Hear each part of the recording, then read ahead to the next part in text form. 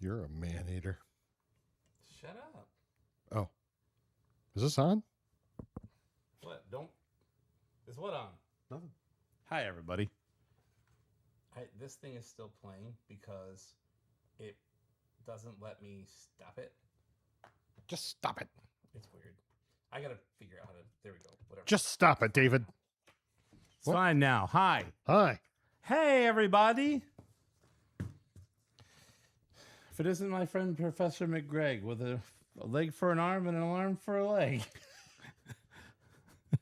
Dr. Riviera. Dr. Nick Riviera. Hi, Dr. Nick. Hi, everybody. You went to Hollywood Upstairs Medical College, too? Don't worry, baby. I can prescribe whatever I want. Anything I want, whatever he says. I don't remember. Hi. All right. Getting set here. Feeling good. Getting Inventor of the juice loosener. That's right. Hey, Mike. How you doing, Clearvis? Yes. Drew's here. Eric's you got here. all that Robbie's juice here. from one Mike's bag here. of oranges? So I was just rattling off everybody that's here. You mean there's a better way? The juice loosener. That's right. Yeah, that's what I was just saying. I was quoting the whole thing. Eric's full of good ideas. Yeah. Like the juice loosener. Yeah.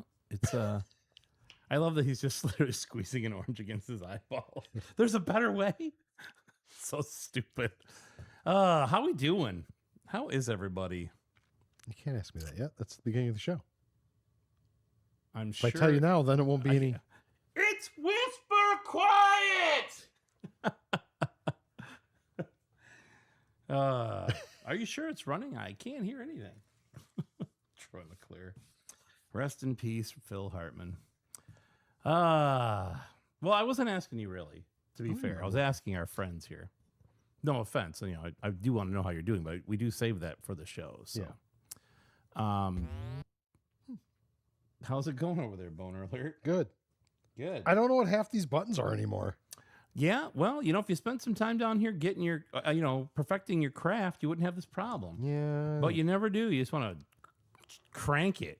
That's unfortunate. I have this unfortunate thing in my way called work. Yeah, it's stupid. That is stupid. I started back at it this week. I'm going to tell you, I would not recommend it. Being off for 4 months gives you a nice perspective on what a good life can be like. Yeah. You're just like, wow, this is great. Then I'm like, I like eating food and living under a roof. If I didn't have those, if I wasn't so bougie. Yeah. Ugh. Look at you, Mr. Standards. Oh, I got to have a roof and food. Oh, I got to have a floor where bugs don't crawl around all day. Let me guess, next thing Ugh. you're going to say you want running water. I didn't say that. Okay. It was glorious. I'm sure it was, especially when you're in freaking Ireland. I was in Vegas for 2 weeks, and man, I just was like, this is a good life. I'm just going to stay here. I could deal with this. I don't really go outside. I don't worry about the heat. Believe it when I shit purple sherbet. Is that really how I sound? What? That's from Super Troopers. Oh, yeah. Which even better. Hey, out there in Radio Land. Hello. Anyway, so getting ready here. We can kick it off here in a minute or two. I usually give about 10 minutes. I feel like 10's a good number, but might be too much tonight. Just to make sure everybody that's going to attend is going to attend. It's like a conference call. We can give them a couple more minutes so everybody can get on. Yes, I like that it's all supposed to start at 8, but like people are, oh, it's 8:05. We'll wait. Let's give some people some time. I'm like, I'm always there like 2 minutes early. The Canadians here to make the chat worse. Oh, they make everything worse. Yeah. Bleh. Especially those Western Canadians, worst kind. What are you doing? Now it's too close to the front. It's not even now. What are you doing? There you go. crooked. That's good. You got it. That's it. Look at that. Crooked. It I think it's just my angle. Seagon, what's up? What up, dude? The squad has assembled. Canadians are good. I like Canadians. I want to go back over there. Well, I was just talking to Jay about how I want to make a 20-hour drive to Halifax. Yeah. Or Nova Scotia. Yeah, exactly. See? These guys know ball. Happy Pocopia Day. How is it Pocopia Day? Because it's the day of Pocopia. Well, I already had it, so there's something going on. Hey, Farm, what's that place you like with all the goofy Shenanigans? shit on the walls? You talking about shenanigans? You're talking about shenanigans, right? Yeah. Say Car Ramrod. Like a liter I cola forgot. for a cop. What does that mean? No, it's a No, he says I'd like a burger. liter cola, and he goes, I don't know what a liter. I don't cola want a large. Is. I want a goddamn A liter, liter cola. of cola is French for give me some fucking pop before I kick your fucking ass. It's the new DLC for Pocopia. Oh, I have barely played the standard game thus far. I enjoyed it. I just haven't played it. I've been too busy playing other games, like the one we're doing for the show here briefly. did you play it though? Yeah, No. I've played it plenty too. Did all four of us play it? Do you think? Yeah, I do. This game is readily available, so It is. we'll talk about that in the collecting segment coming up soon, folks. Stay tuned. I need like a wicked FM drop right there. Lock it in and rip the knob off. Yeah, I was gonna say, where is that? That's somewhere in here. It's got to be. It better be. Maybe I never put it on here. It's got to be on here. There it is. Lock it in and rip the knob off. Nah, we need to use that more often. Man, I gotta put that one over here on this. Played a bunch of hours Pocopia, then was like, oh God, is this going to consume my life, and stopped. The answer was probably yes. That was Animal Crossing, the New Horizons. Or Zelda?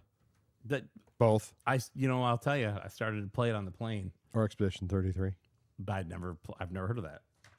I loved that I said that the other day when we were at the store. I'm like, hey, they got that Expedition 33 game. You should get it. And you're like, yeah, I've got. Maybe I'll burn another 400 hours of my life Yeah, I was on it like, or whatever I said. Did you see me whip around? I almost broke my neck when you said that. I was like, what? Yeah. I think I got like 50 hours into Yeah, it. you have more than that now. I know you do. What's got you? Maybe we're gonna have to go to the PlayStation and look. Might have I'll to. look. Hold on, everybody. Yeah, Hold look. on now. We I'm got a gonna minute. look, too. I'm gonna look. Let's see. Let me see what my PlayStation app says. You guys can watch us play on our phones. I mean, that's always the best part of the show, isn't it? Yeah, Watching us play on everybody phones. loves that. I haven't signed into my PlayStation account on my phone since I stopped playing it. I don't even know where my PlayStation account is. Just type PS app and it'll fix it all. There it is. I have a second. PS I have. Oh, hold it, guys! Don't look. I have a rip the knob off piece. Oh, yeah, I have a few more hours, I thought. I know you did because you had. I still don't have as many as you. It's over 80, right? Just barely. I knew it was. 80, I knew. 83 hours. I knew. What are I you knew. at? I'm looking. Hold on. I got to sign in. I got to 798. Doesn't say that. Doesn't say that. I don't know yet. Give me a second. Everybody relax. Put Spider-Man 2 in the other day. I got 42 hours on that. Oh. It's not as many as I thought. How many is it? 269. I'm sorry, what? That was coming. I knew that was coming. We clocked 4,000 hours into Dragon Quest Builders, so Pocopia is liable to hit the Sams. Ooh. Who's we?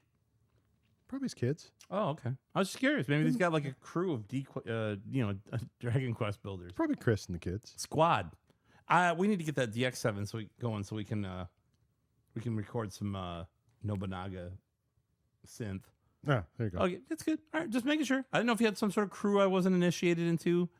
Oh, yeah, I'm sure the oldest probably doesn't give a shit. 2 hours of full-time Yeah, my work. 20-year-old Jesus. doesn't listen to me. Yeah, well, Amy's 20-year-old doesn't listen to me either, so it works out. All right. Yeah. You ready to get started? Am I ever? Well, we should do it.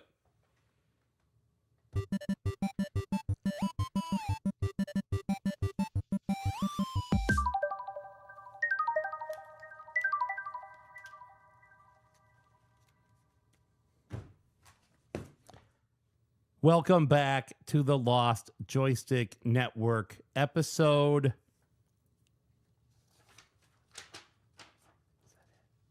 Over a little bit. Yeah, there you go. 110. Episode 110. Well, That sounds like a lot when you say it like that. it does. Man. I am your host, Mike, joined as always by my co-host, JJ. How you doing, buddy? I'm pretty darn good. Thank you for asking. Good. Yeah. I like it. Yeah. We've been discussing changing the format of how we sit because I feel like when I'm talking to Jay, I'm talking to the camera or I'm looking at my notes, and I want to be able to look at him and engage with him when I talk sometimes, and you can't. It's almost like we have a teleprompter. Like at one I point, I'm literally- waiting for you to go fuck yourself, San Yeah, Diego. I literally said earlier, I was like, I feel like I'm on a newscast sometimes, and I like it. Okay, I like the way it's set up, but we might be moving to a couple chairs and some smaller Well, tables. you're and always stuff. so far over there. Like, Why? You're like I have right on the considered edge. sitting in his lap, actually. Yours too, but you won't come visit. You're right on the edge. Like I'm like in a good spot. But yeah, I'm over as far as I can be. I'm literally, I can't, the chair Get the doesn't fruit. go over. Just get the fruit. I can't get the fruit. There's a freaking desk right over there.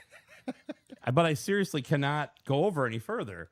I really do. I feel think like- we should. I think we should get some leather chairs and a nice round coffee table to sit in between us. Then come visit rid and of you'll the get table. lap sits. Yeah, get Johnny. rid of the table and everything. Yeah, we'll probably do it. So anyway, but yes, welcome back. Episode 110. Yes. Let's start with some logistics. Next episode. Oh. You know, maybe we could get Johnny to come into town for this one. Oh, Wednesday, August 19th, Pac-Man 2, The New Adventures. And then after that, we don't know yet. We do not know yet. we will be. We will have one soon, though. I know Johnny. Johnny and Johnny. Tyler from the Collector's Quest, not fans of that game. I know We've you been and told I. it's quite poor. I know you and I and Robbie and John were texting today, and Robbie Yes. and John gave us a list. Like they had a So- pretty laundry list of games. Here's so. what's going on. We're going to, we meet every other week, Yeah. right, and Yeah. do the show. But we're going to start meeting every other week, the alternating weeks, to discuss the show and plan for it. And then we can have talks about like what games, because it's so disconnected right now. I feel like if we can just sit down for half an hour, we can And figure we all have- this stuff out once a week. And we have some updates we want to do. We want to Yeah. change the show. We've been doing it, what, 4 or 5 years now? We're working on almost 6. Has it been 6 years? It's over 5. It's over 5. Has it been that long since I've been on, or Yes. just since you Yeah. started it? Yes. God, really? Yep. Yep. Shit. Make the book been a long Make time. the show a book club. It kind of already is. But anyway, so we haven't determined what the next episodes will be yet, but we will obviously let everybody know. We're also going to be working on some more video content and Yes. social media presence. So we're going to work on that. We're going to have a discussion about that as well, because I feel like I wish I was giving you guys more things that you should expect. So that being said, Jay, Michael, how were your weeks? pretty good. Pretty good. See, I would look at you right now, but I can't. I'm frozen. I'm looking at you. I'm looking at the. I'm still looking at you. I Stop, don't like making eye contact with the camera. It Stop. freaks me out. Stop looking at it. It's the first thing they taught you in acting school. Don't make eye contact with We're the not camera. acting. We're engaging with our audience here. This I don't engage. is what I mean. It's like a news I broadcast. refuse. No You engaging. have to break the fourth wall. Okay, I'll break the fourth wall. Hello there. Probably should have told us before you said it on the show. Yeah. Well, hey, newsflash, jerk. Oh, yeah. Anyway, Whoops. so you're good. What's been going on? Anything? Not much. Been working. Trying to think what else I've been doing. Me too. Yeah. Picked up a couple games, traded some stuff in. These get are to that. all Yeah, we'll get to that in a little bit. fantastic updates relevant to the content of this show. It is. It Yep. really is. That's good. So I like it. What Hey, about you? How you been? How have your weeks been? I I didn't ask mean- you how you've been or how your weeks have been. I'm good. I'm feeling good. Amy's cousin and her 3 nephews are in town. Yes. So you can just tell, like, you can just tell you're getting old, because it's like the kids come over, right? Yeah. They're in 5th, 8th, and 11th grade. No, yeah, I think it's 6th, 10th, and 6th, 8th, and 10th. 6th, 8th, and 10th grade. They come over and they're like, hey, do you still have that duck game we played last time? And they haven't been here in years. It's That Duck Hunt. game. So I'm like, yeah, of course. So 2 side notes to that. Number 1, I was like, oh no, they wanted to play it. I don't have a zapper. I'm looking all over for a loose zapper. I'm like, I got like a couple of totes that I keep, like that type of stuff in. Like I have a light gun for the Master System or whatever kind of controllers, whatever. Oh yeah, you have the ones right by the consoles. Yeah, it's there's got little- all the control. It's got little Yeah. soft-sided bins, and you got Yep. you got Genesis controls, Yeah. and Nintendo and Super Nintendo So, and Turbo and blah blah. blah. I'm panicking going, oh no, they're going to be here. They're here now and I don't have one. And then I was like, moron, you have 2 action sets, a sports set, and a deluxe set, all complete in box. You got to have one in here somewhere. So I had one. I did have one. Did you look in the garage? Nothing in the garage is there. It's all Kyle's. The other stuff like that is at yeah, Kyle's. that's right. So I was like, I found it. But you also just start to realize that this stuff is old. I mean, it's old, but it is old. I pulled out, they like fishing games. They like the duck hunt game, hunting game. And then they like to play Blue Marlin and Black Bass. Same thing they played when they were here last time a few years ago. I must have upgraded my copy of Blue Marlin, because I'm going to tell you, I know I did. I remember I did. I think I got it from Chef Tag. It was like brand new, and I'm like, I don't want to touch on this shit. I'm like, what am I doing here? Like, these are not to be played with ever. Anyway, so I told him to go to hell. No, I actually didn't. They got to play all this stuff. It was just funny. Yeah, other than that, I did start back to work on Monday. Congrats. Yeah, thank you, I guess. It's cool. It's a little, I've said it to a number of people now, it's true. It's a little surreal. I worked for a place for 10 years. I left. I came back 20 months later, and it is somewhat the same place, somewhat not. Thank you, Sigan. He said congratulations. But it is owned by the person who owned it when I first started, but did not own it when I left. And everything's way more organized. And all this, I was really enjoying the Lost Jobs Network. That's pretty good. It's better, I can tell, but there's also more to it. And I don't know stuff for, I don't know, the last 2 years. And then people are still there. There are people that I left, like the guy I used to work with in the UK on the mail security stuff when I was the SME for that product. I messaged him today. I was like, boo. And he's like, what in the hell is going on here? Like, who are you? Like, anyway, so it's a little weird. It's like it's like seeing family you haven't talked to in 2 years and, whatever. So it's interesting. Good. But no, it's good. And I'm happy to be back to work. And then I don't know what else, like life stuff and cleaning up, just cleaning up my life, cleaning up stuff all over the damn place, organizing things, throwing some shit away. So I've been throwing things away, just getting my life organized because I have a lot of stuff and it's kind of all over the place. So with that, Jay, Michael, would you say you picked anything up? I might have grabbed a thing or two.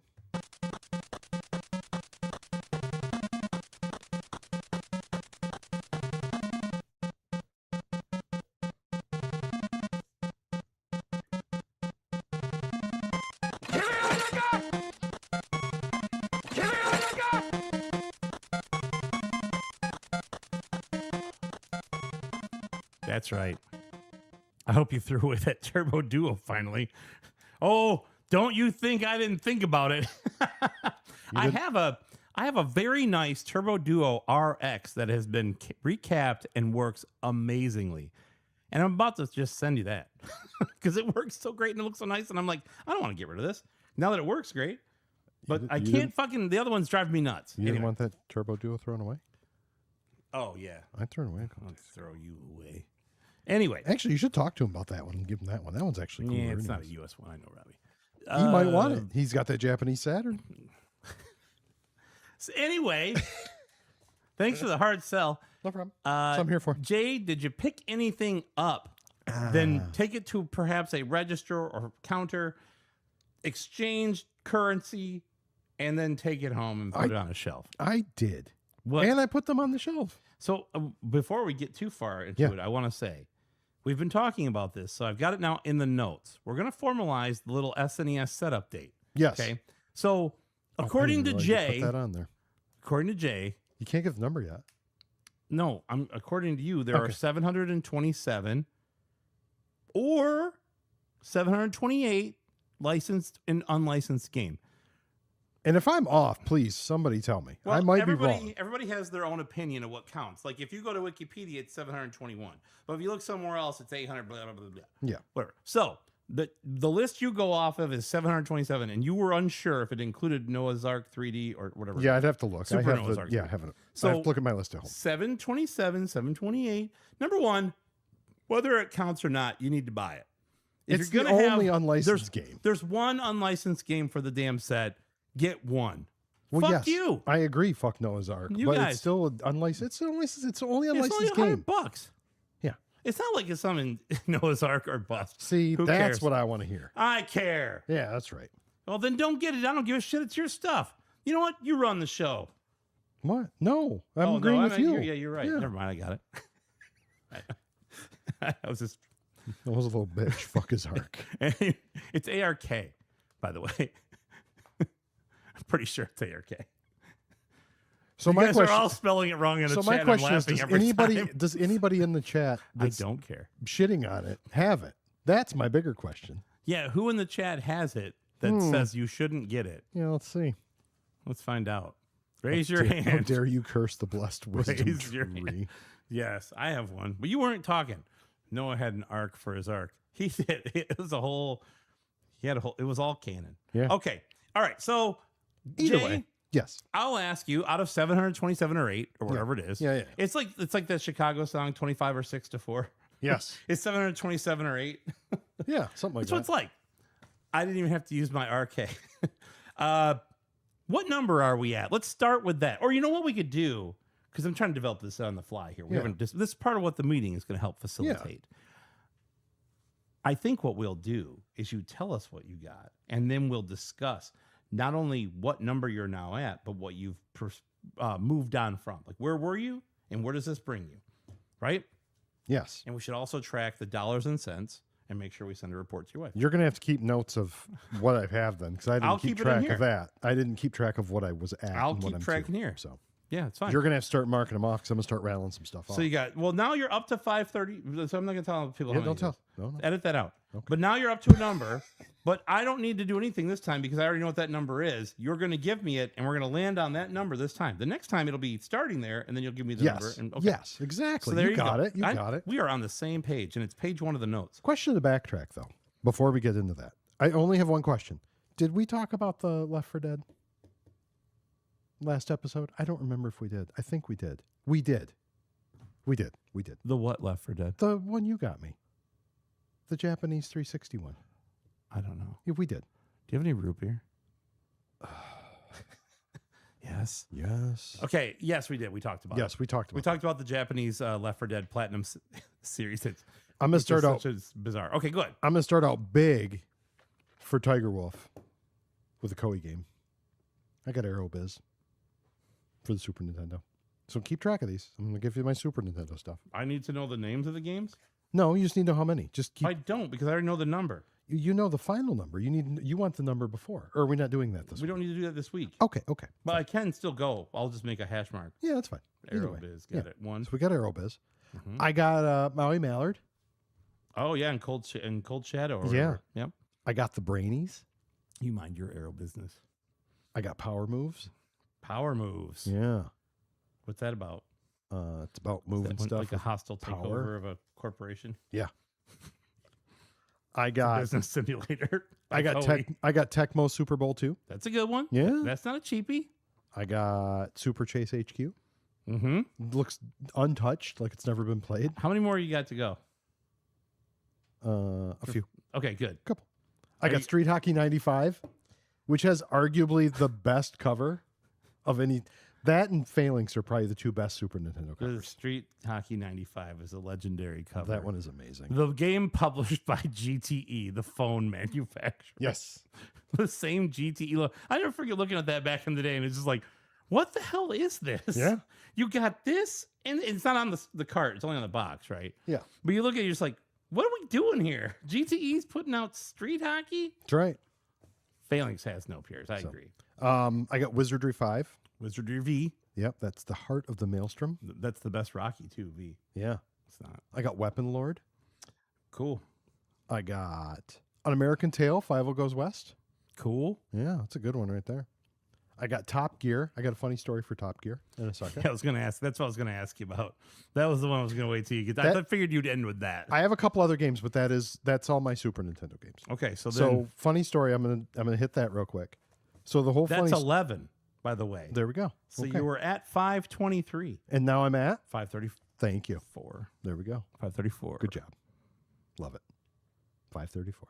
That's where we are. Tell your Top Gear story, please. So Top Gear, I went to 2 different stores the same day. Yeah. And I was like, oh, I need Top Gear. I didn't realize I didn't have it. So I picked it up. And I went to another store and they had Top Gear 2. And I was like, oh, Top Gear 2. I don't have that. I got to get that one too. Mm-hmm. So I got both of them. This was a couple weeks ago. So I've already actually said I had Top Gear once. So it turns out I finally put the newer games I got in my shelf. I had them stacked up on my entertainment center. And I finally put them in and I'm like, wait a minute. This is the same damn game. These are both Top Gear 2. I'm an idiot. Oh my God. Human error. Speaking of human error, you know what I just looked at and realized? We didn't press the button. Cool. Thanks. Good thing it's giant on the top. That's fine.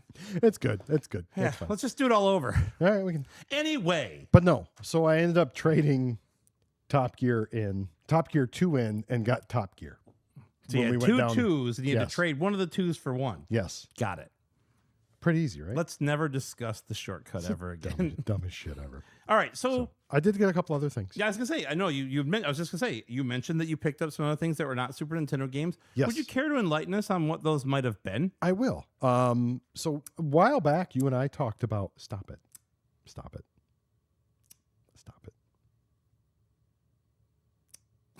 Go ahead. Good. A while back, you and I talked about doing Medieval for Yes, PlayStation. that's right. PlayStation? PlayStation was PS4. Yes. Were we talking about No. doing for the PS1? Yes, the The PS1 1 and 2. And you and I actually sat down and played it. This was a couple. God, what was this? A couple years ago?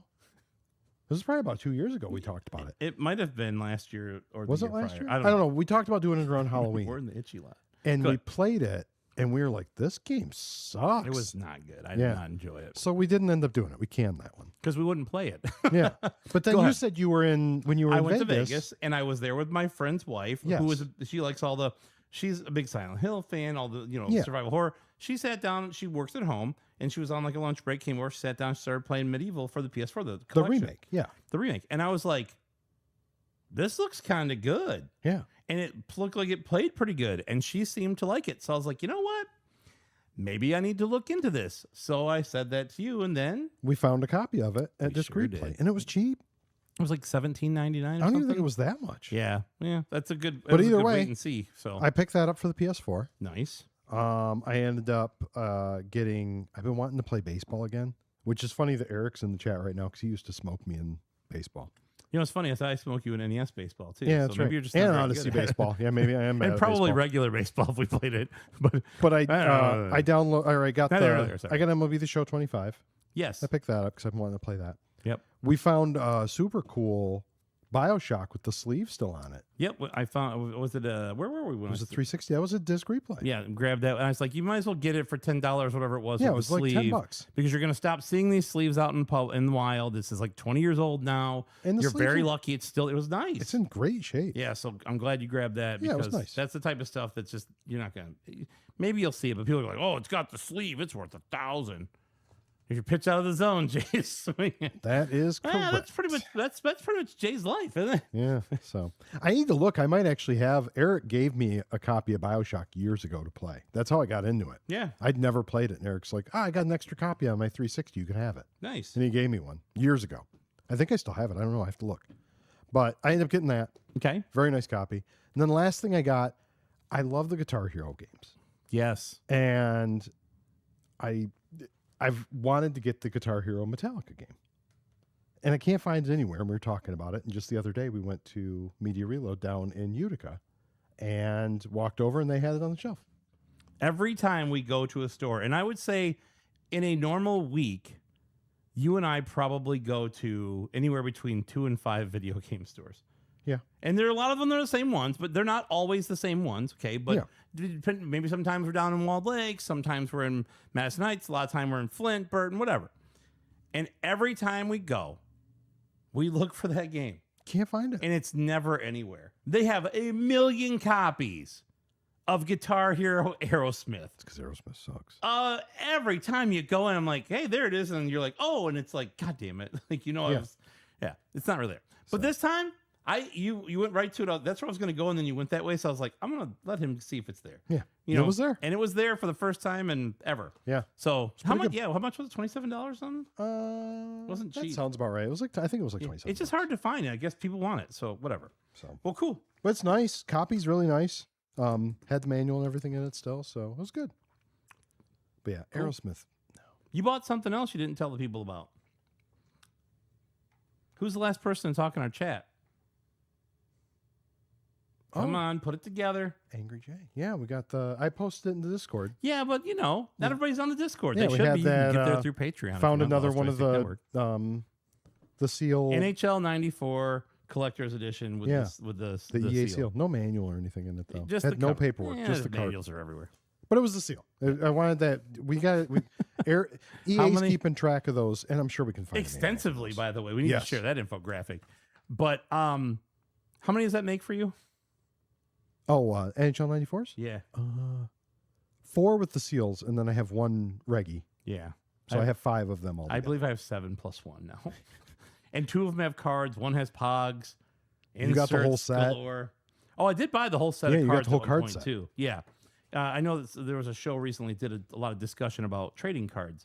And one of the things they didn't mention, surprisingly, was the set of NHL 94 trading Those guys cards. don't do a lot of research, I feel like sometimes. They're They kinda smart. They don't need to. They know everything. A lot Oh, of the do time. I they? don't mean that in a bad way. Oh. I just bought a 94 today. I'm telling you, that game, you used to be able to find that game for nothing. That game was 99 cents. Then it was $7. Then it was $9. And what is the last one? $18. Yeah. 18. I'm like, wow, these things are $18, $20 now. But again, we're old, so whatever. Yep. But yes, another we're hoarding. And then yet the Canadian owns 1 copy. Get good. How's the Canadian guy only have 1 copy? I figured he got it when he was born. Do you know how many games have cards? At least 1. Well, if I trusted the show I listened to, I wouldn't. Do I know how many have I'm cards? joking. A lot. I'm actually joking. That was a good show. Sorry. I like how I mute me, but not you, and there's no way people didn't hear it. The answer is Oh, lot. no, I'll have to edit that out. A lot of games have cards.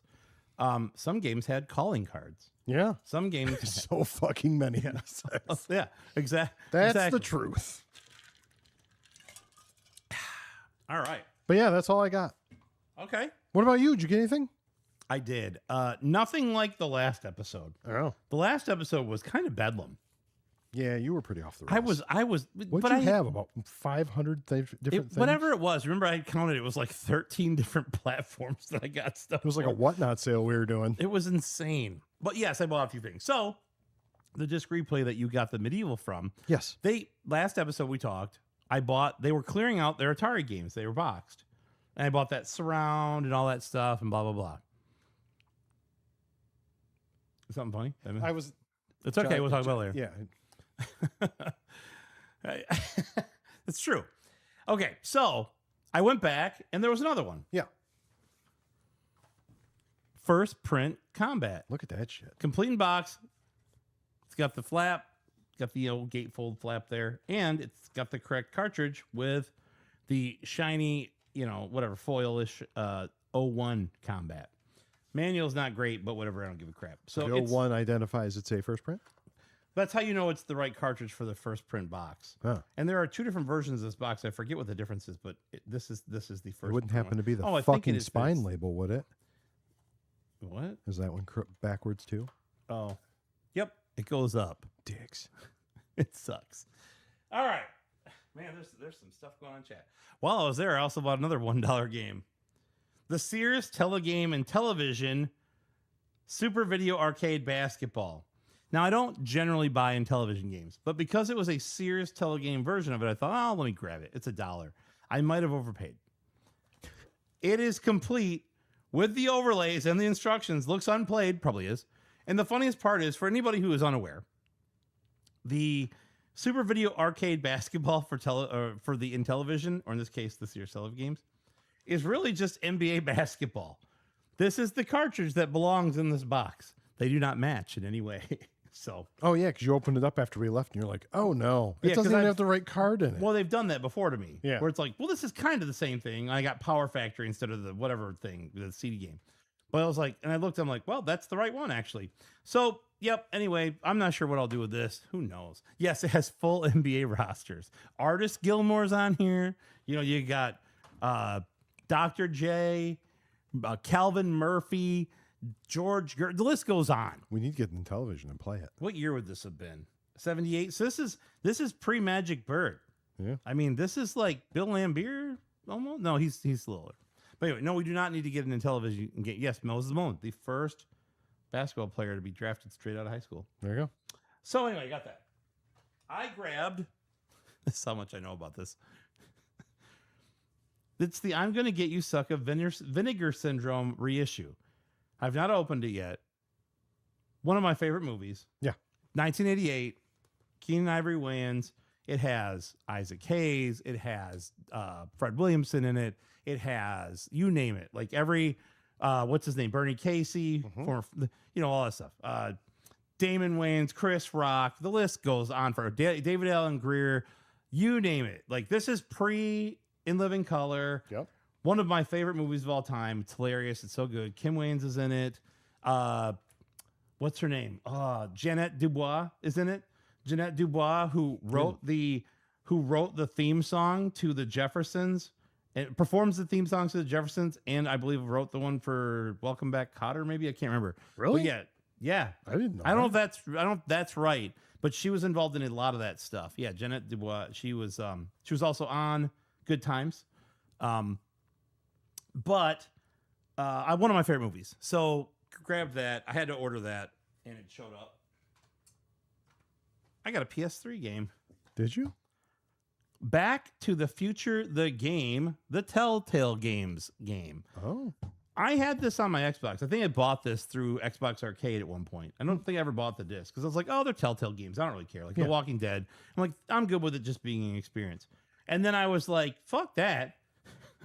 I went and bought all the Walking Dead ones. I got one for Segan, actually. I believe I have one for him.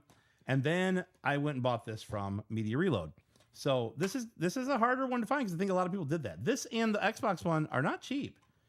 If I look at Yeah, it? sure. I love Back to the Future. One of my favorite games. Yeah, shows. it's an interesting game that, Telltale games, they're all like choose your own adventure. Yeah. Depending on how you react is how the story progresses, right? So it's pretty good. I played it. I remember playing it, and I want to play it again because I played it and I was like, it's not as good as the Walking Dead ones. But then now I haven't been around that one in a little bit, so I probably should play it again. I got you a copy of the Walking Dead thing you talked about, dude. Yeah, you need to mail that out to him. I've got it. You should add that to your I picked one mailing up. list. Oh, Wolf Among Us is also very good. I don't have one. Oh no, I do have I just have a library copy of that one.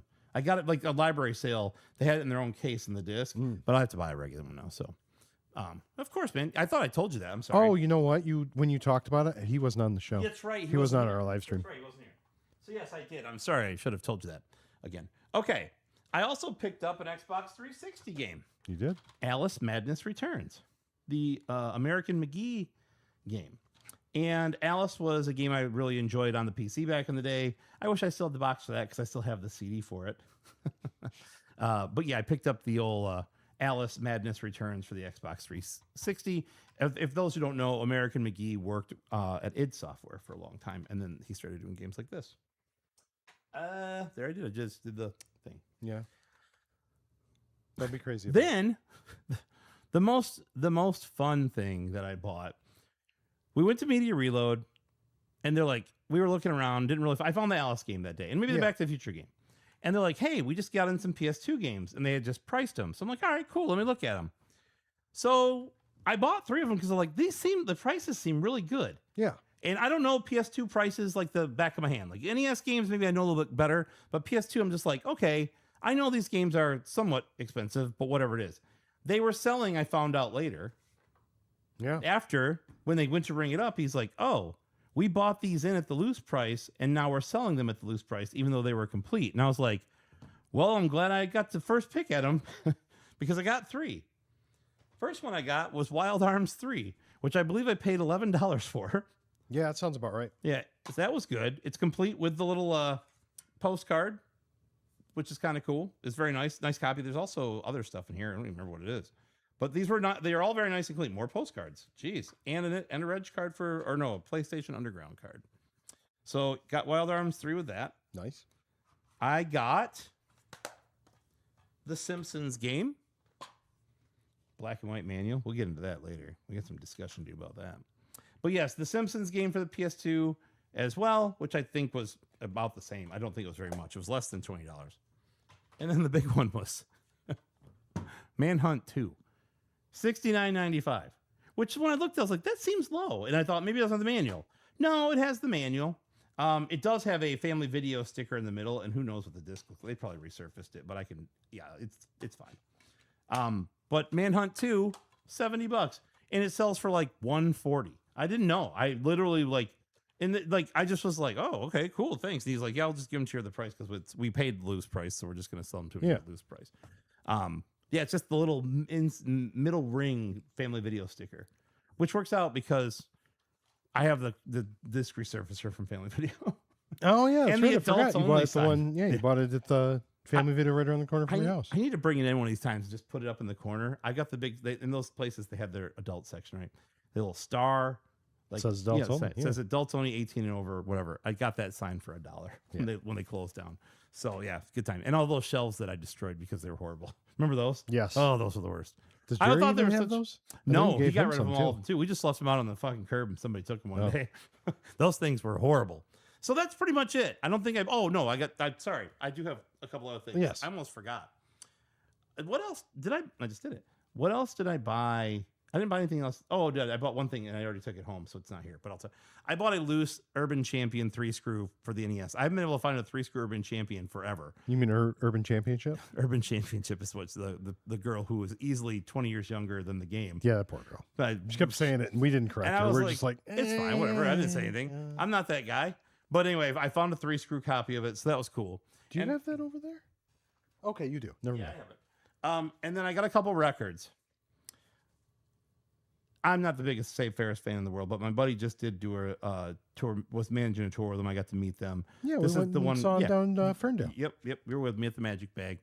They're actually playing again, I think, this week. I don't Oh. think he's doing the tour for him this year, but they had never pressed this on vinyl, so I grabbed it when I saw it. They did like a checkerboard version. That one's the blue and yellow, which matches the cover. And then one of my favorite R&B albums of all time, Forever My Lady by Jodeci, is one of the, man, you want to work a significant other into the mood? This album will do it. A little Jodeci for you? This is one of the greatest albums. I swear, this is the first side of this record is one of my favorite things ever. It's so good. And they had pressed it in 1991. I think it was. I think it came out in 91.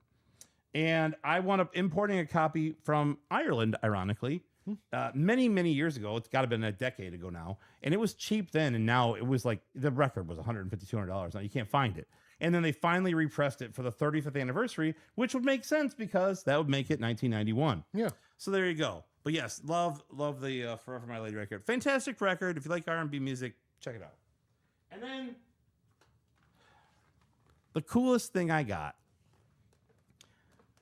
we were just laughing about how I couldn't find a zapper. Yes. Right? And then Jay's like, oh, you got enough fucking boxed Nintendos, blah, blah, blah. How many you got? 8? Blah. How many do you have? Like 8. Oh. It was 7. It was 7. But here's the thing. When I got my Nintendo for Christmas, the one I got was the control deck that came with the official Nintendo Power or Nintendo Player's Guide. Yes. That is the one I got. It did not come with a game. I got Rad Racer. We just told that on the last episode, we talked right? about that. Just talked about it. Got Rad Racer, and I got that book, which I loved that book. Oh, my God. That book had everything I wanted to know in it. Had everything about Metroid, had everything about frickin' Punch-Out, Zelda, you name it. That book was like my Bible. I loved that book. And I have not been able to find the only time that I had seen one in the wild in the last 5 years where I would have maybe bought it was at that store in Columbus that's owned by Matt, and it wasn't for sale. Matt was not in the store. I think Patrick was working that day or somebody else, and I didn't know him at all. And I was there with Retro Bobby, Okay. and it was not for sale. Like basically, he's like, "Yeah, it's not for sale. Matt's not here." I didn't know Matt at all at that point. Forever Games is what Oh, the okay. place- Yeah. but it's whatever.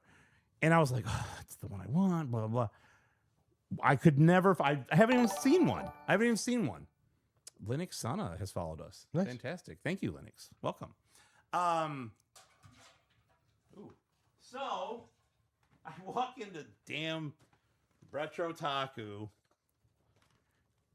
in Madison Heights and they had it. And Nice there one. it is. And I never see it. And I was so happy. And it has everything. It's complete. The book is in there. It looks nice. It's not perfect, but I don't need it to be perfect. It looks good. The best part about that is we went in because I had those consoles I got from my neighbor. Yeah. And I wanted to just trade them in to get rid of them. I had a couple Xbox One and a 360. And I was like, I just want to get rid of these. Get His store neighbors credit just for give him them. video games. And it was like, oh, we were just standing there waiting. And you were like, you just looked up, and I remember you looked up for a second, and then you started like stretching your neck, like looking up. And I'm like, what are you doing? And you're like, I think that's the one with the The I knew player's it was. guide. I just said I think I need to look at that. I'm probably going to buy it. Yeah.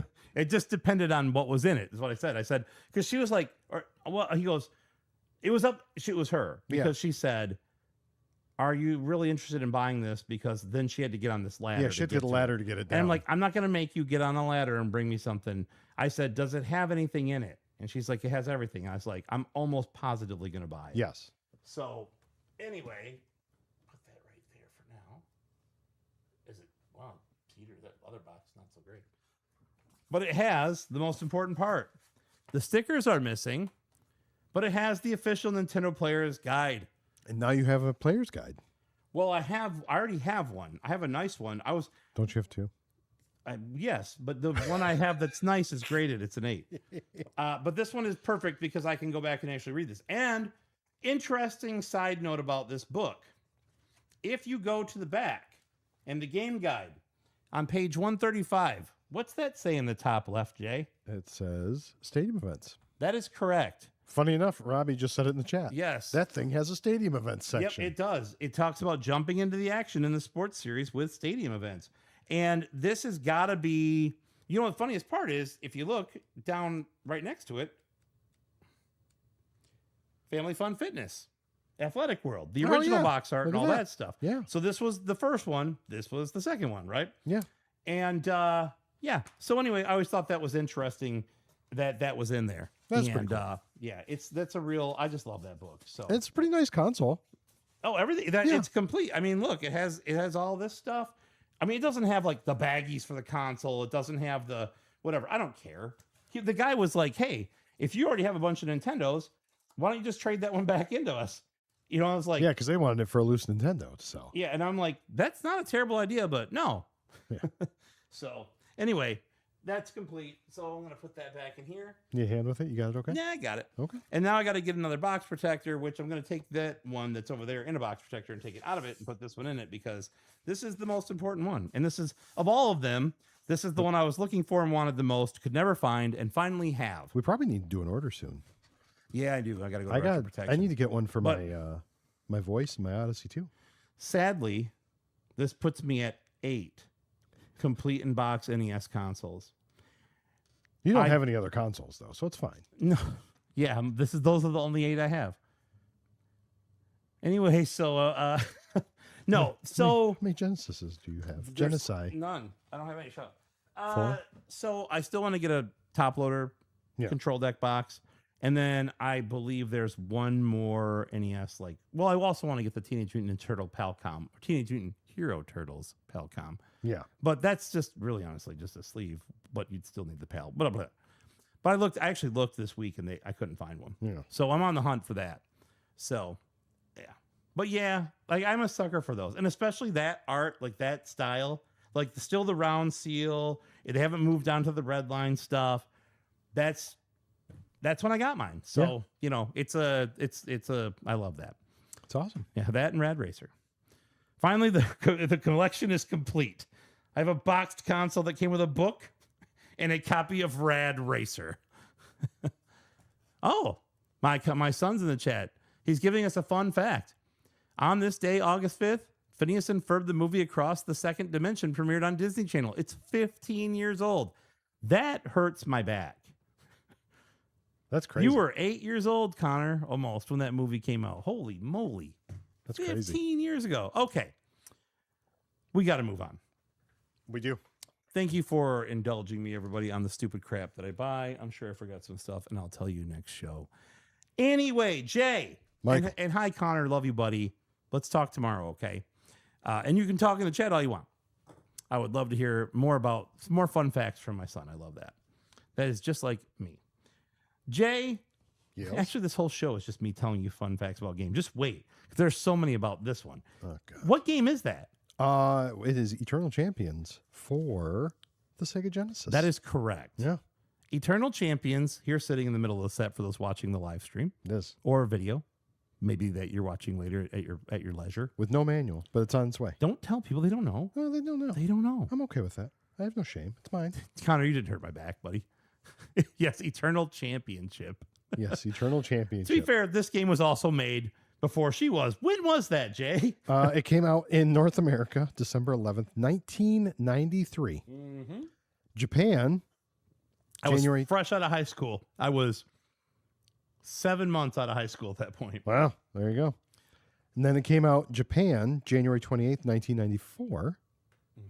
And wow. Try that one again. You got that? No. Then in Europe, Stop looking at it. just a month later, and almost a month, February 18th, 1994.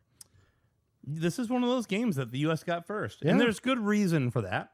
It's Sega. But Sega it's Sega Sega. loved us. And it was developed in Sega it was a Sega of America project. Yes. Okay, so You want to talk about the gameplay and story?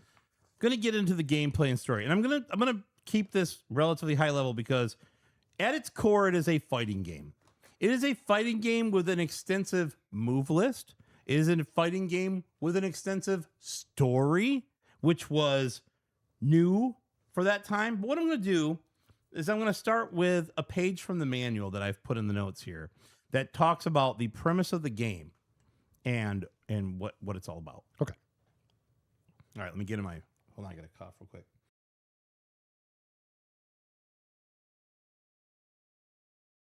All right. Gotta get my reading going. Red leather, yellow leather. The arsonist has oddly shaped feet. Okay. From the manual. Welcome to my chamber. I am the eternal champion, keeper of this vast fighting complex. It exists in a place and time corrupted by centuries of misuse and destruction. My purpose in this grand scheme is to maintain the balance between good and evil, light and darkness, hope and despair. Now this balance has been lost, and the very fabric that holds the world together is about to be torn apart. Your future, my present, have been destroyed by a cruel and unjust twist of fate. 9 individuals from various periods in time were killed before their lives could affect this dark existence. Now I'm going to say something real quick off the record. They used the wrong effect. No, that's later. They used effect here, but later they use effect when it should be effect with an E. No. You can just edit this out. Okay. I have observed each of their short lives and have been powerless to stop the chaos. I have spent centuries harnessing my power for this very moment. I am the pure and untouched energy of all the great martial art masters who've lived before me. Their skill, wisdom, knowledge, and inner strength are at my command. Yet even with the force of their collective powers, I can only reward one of these individuals with the gift of life. Any of them can have an equally profound effect on the future. For this reason, the contest must take place. At the end of the contest, only one will remain. The victor will be returned to life a few seconds before death, allowing him or her to avoid the past with the knowledge to change the future. Only one may live so that the balance may again be achieved. Let the contest begin. Mortal Kombat! Sorry, I had to do it. So, the premise is this. This eternal champion, and I actually, the more I thought about it, pretty good name for the game. Since you're bringing all these people back from different periods of life, Yeah, and that's one fair. of them could save themselves, and this guy's the eternal champion, whatever, good name. He has resurrected 9 people, but only has the power to allow one to live. And that one will make such an indelible mark on society that they will change the course of the world enough to fix this problem they're having. So that's it. Basically, you get 9 playable characters. It's a fighting game, okay? Yeah. You get a life bar. There's some other stuff I'll get into. But it's literally fighting, okay? And I did it, see?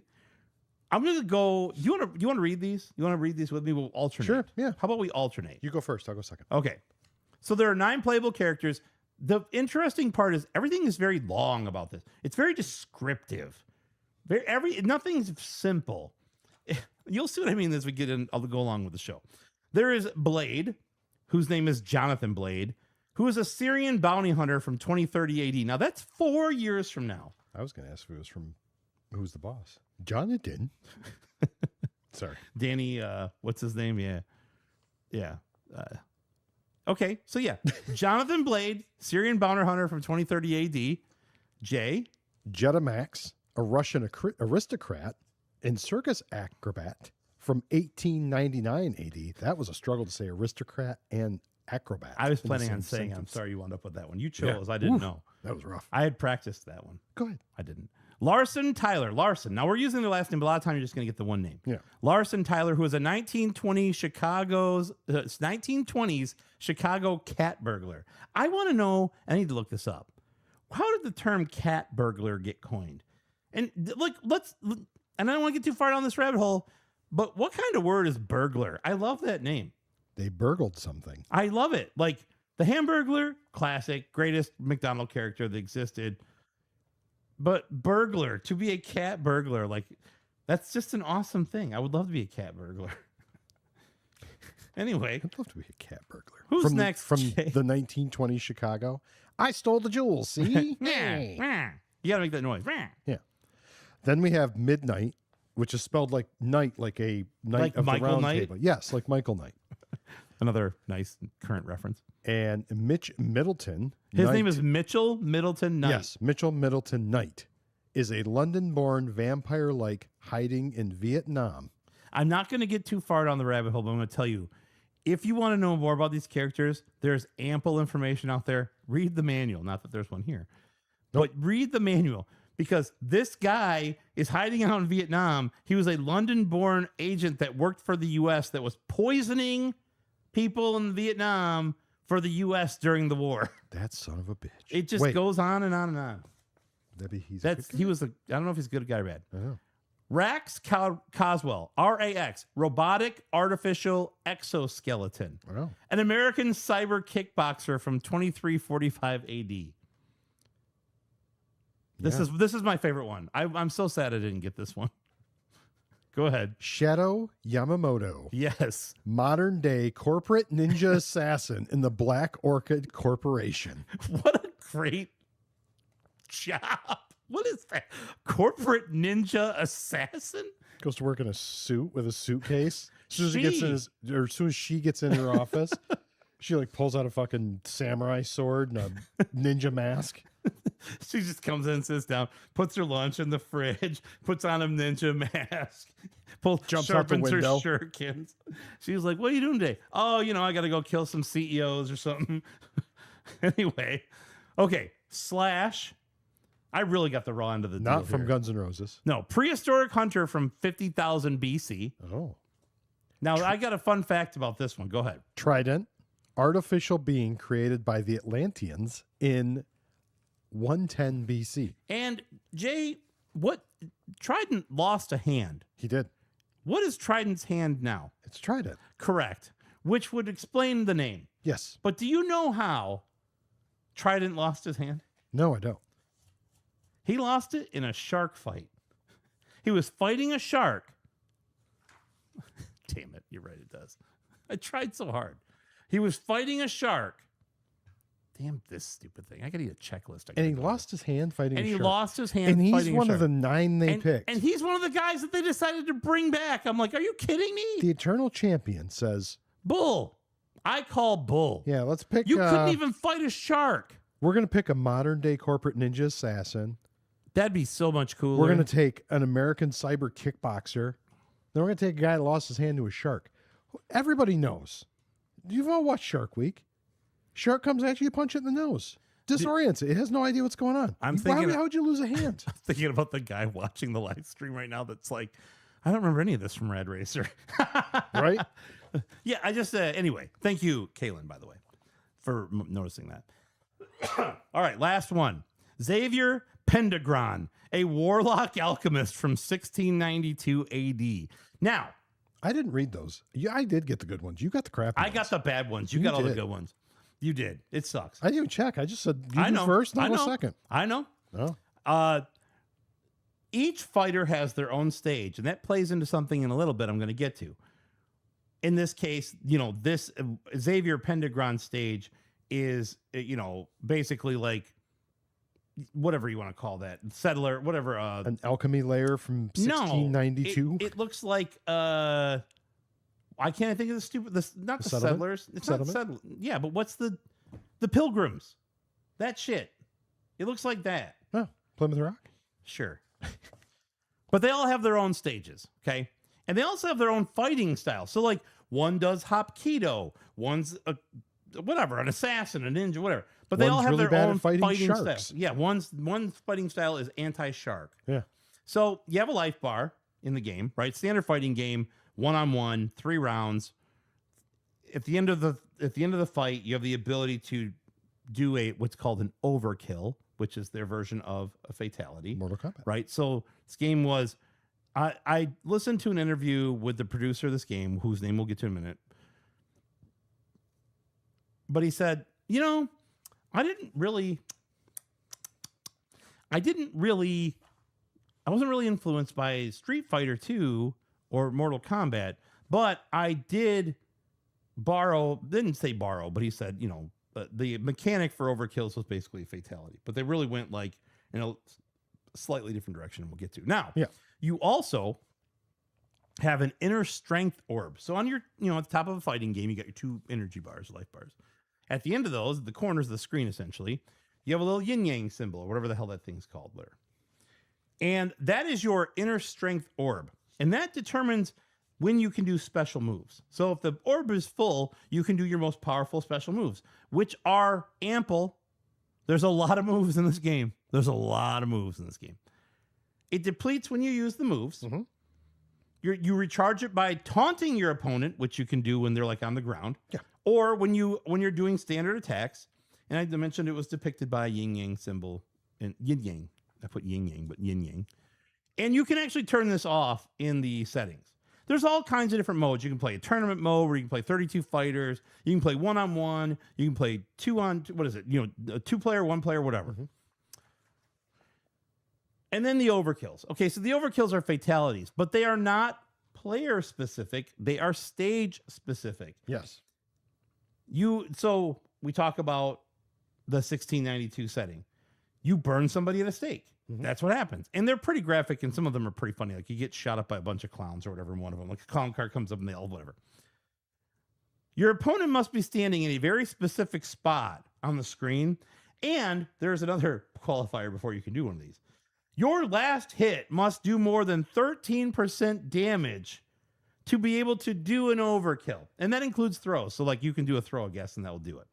But read the manual because it's going to tell you which of those hits are going to be over 13%, because I'm not going to get too far down this rabbit hole, but there was a Sega CD version of this game as well. And that has the thickest manual of any Sega CD game I have ever seen. It was 70 pages. 70 pages. I was like, oh my God. Okay. Yeah, the manual for this isn't that long.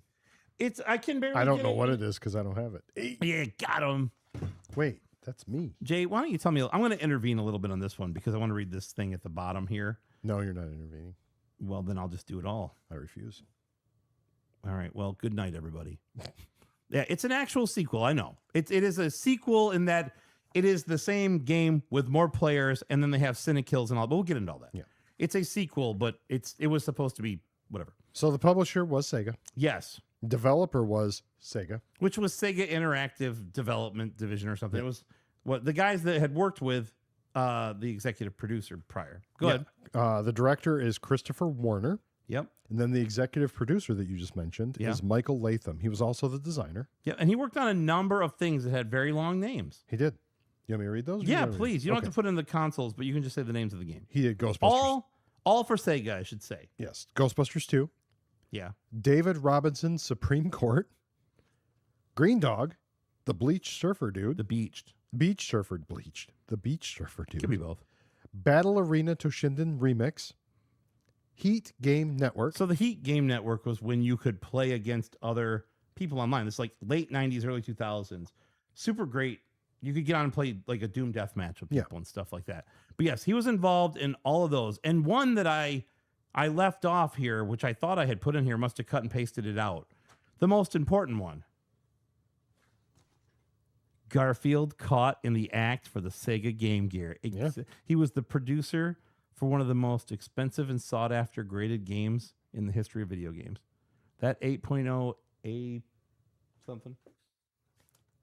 Garfield Game Gear. 8.0A. The Garfield Game Gear game. It's a lot of alliteration. Actually, All it's right. a long title. Garfield Caught in the Act. Yeah, everything wait. is. There's more to this title. Let me Yeah, read I it know. all. Oh, no, it just says free inside. Oh, okay. I thought there was. Limited edition Garfield comic book. I- No, but it's just Garfield Caught in the Act. And I don't Still want long, to. though. We're going to talk about the music part of this in the reception section Yes. as well.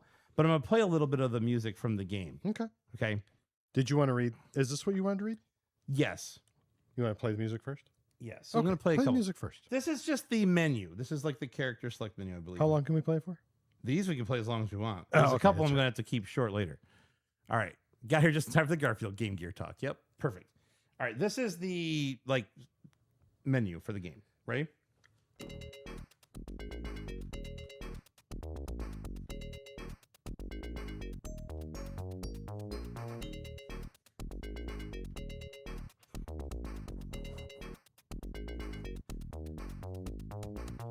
So that's that, right? I like the little maracas in the background. I don't know what turns this down. I just realized I can't. I don't know what makes it quieter.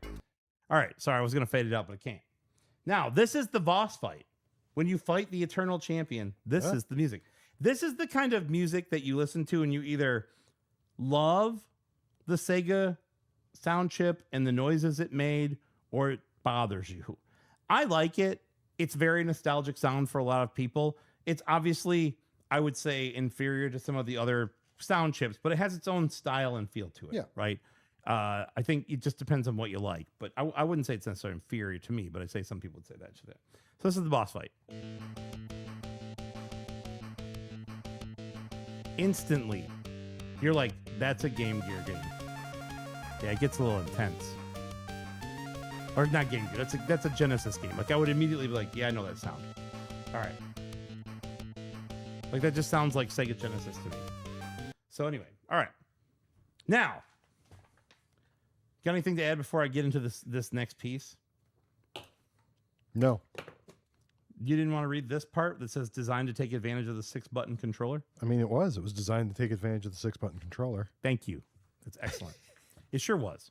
This is one of those fighting games that if you did not have a 6-button controller, much like Street Fighter 2, you had to hit start to change from punch to kick. Because it has the same configuration, really. Yeah. Light, medium, hard, punch, or kick based on A, B, or C. But if you don't have X, Y, and Z along with it or whatever they are, then you have to hit start to switch from punching to kicking. So, yeah. The Genesis sound chip is not aged as well as the NES. I don't know. Like I said, I think that's subjective. I understand where you're coming from, but I think that there are a lot of people out there, and maybe one of them is in chat right here, that really just pulled a butter knife and put it right up the Tiger Wolf's throat. You take that back. It just has a very unique tone that you can instantly recognize. And some people like it and some people don't. So, yeah. All right. This game was compatible with the Sega Activator. It was. Now, for those who are unfamiliar with the Sega Activator, it is a floor-based controller for the Sega Genesis. It allowed you to control the game up, down, left, right, all the thing. Had 8 directions that you could essentially use, and then you would like punch or whatever, and it would press a button for you. Okay, whatever. But I found an absolutely great quote. It was from a Canadian developer who worked on things like Motocross Mania and stuff like that for Sega in the 90s and 80s and whatever. His name was Alexander GM Smith, which is pretty Canadian sounding. Why would GM in the middle, right? This is a great quote. I love this. Talking about the Activator itself. Quote, "The guy who made it, I think he's from France. It's a ring on the ground with LED beams that you can interrupt with your hands and feet. Because it's an octagon, there's 8 beams.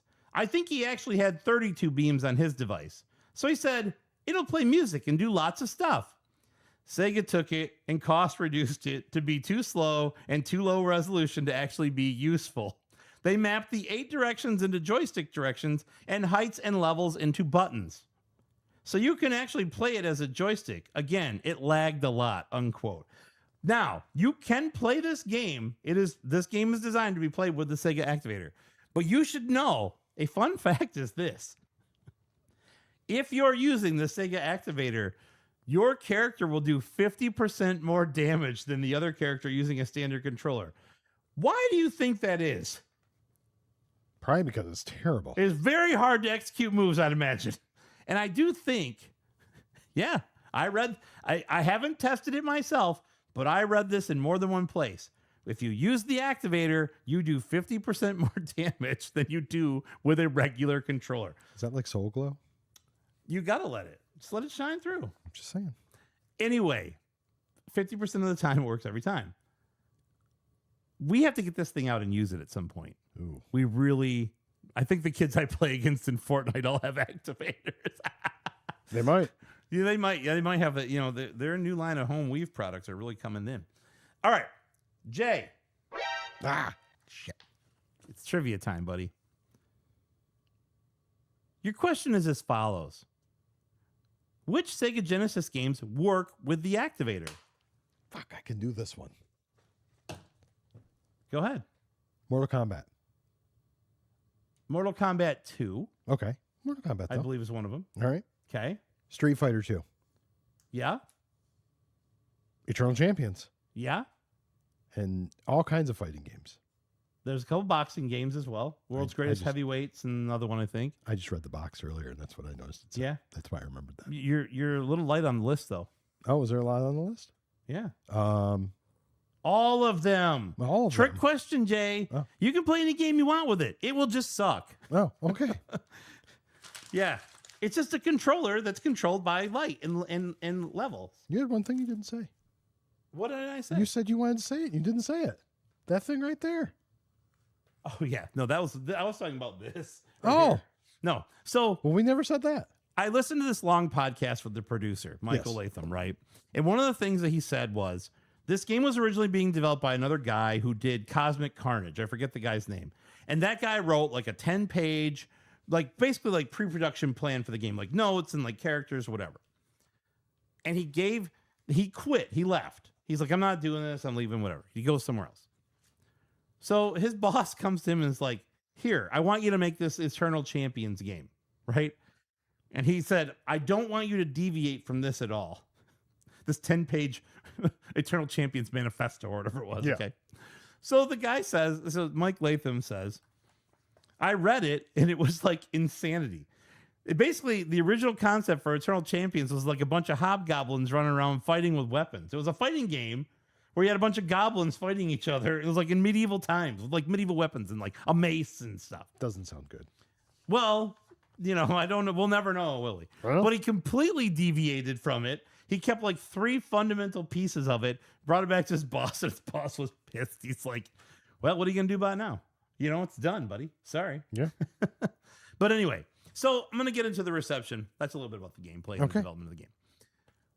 Jay, this game sold 1.6 million copies worldwide. With I'm going the to guess activator. a vast majority of them in the U.S. And I'm going to tell you, there's a good reason why I feel like it's sold this many. You ready? Yeah. Damn it. Jay, where's my phone? I gotta look at my list. Okay. Where does that place it with 1.6 million copies? Where does that place it on the best-selling Sega Genesis games of all time? 35th. Higher. 89th. Was that right? Lower number, higher rank. Oh, okay. I'm like, Lower I number. thought you meant a higher number. Yeah, I'm sorry. No, Would I say 34 originally? I don't remember. Whatever it was, it's a lower number. 12. He can absolutely leave a voicemail about it. Sorry, that was asking a question. Yes, please leave a voicemail. Yeah, if Nick can leave a voicemail now, I can absolutely get it onto the machine and play it as long as it's, not going to get us arrested. Yeah. I'll play it straight through. Go ahead. 12. Close. It is 13. Oh. It was the 13th best-selling game on the Sega Genesis. Wow. Can you guess the top 3 best-selling games on the Sega Genesis? Sonic 1, 2, and 3. That is correct. Oh, really? They are. Oh. Those are them. I don't know the number. I don't call my own company. It's 810. It's in the notes. Yeah. Hold on. I'll pull it up in the notes. That's fine. You go do that. 810-776-8556.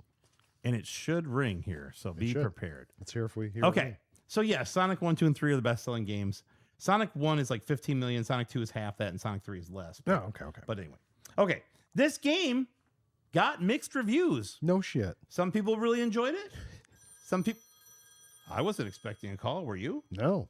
Well, we'll just have to let it Well, it's off hours, though. We I- can't yeah, answer it. we It's got to go to think- voicemail. I think I need to set it up so it doesn't ring when we're live. That's kind of cool, though.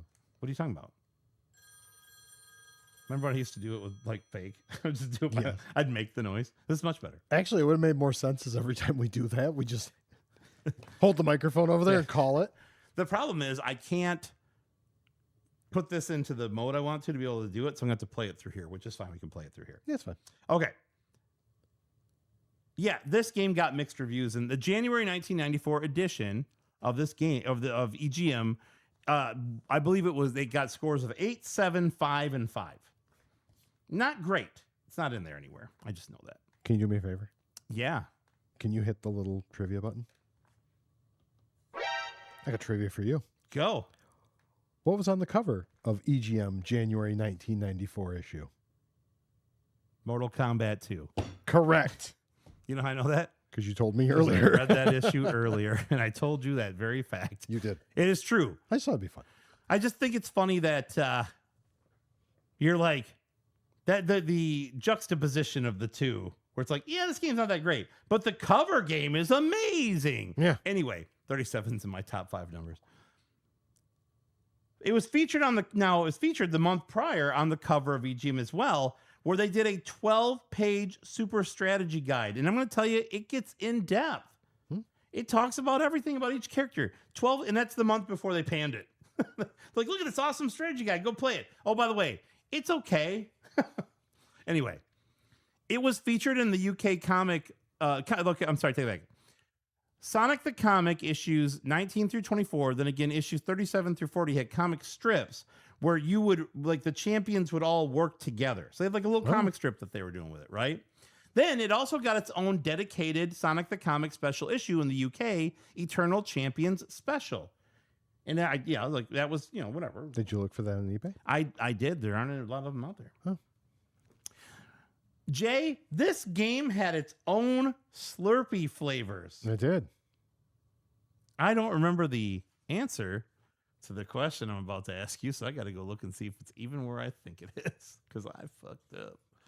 Hold on a second. I screwed up. Are these here? Did I put them in the thing?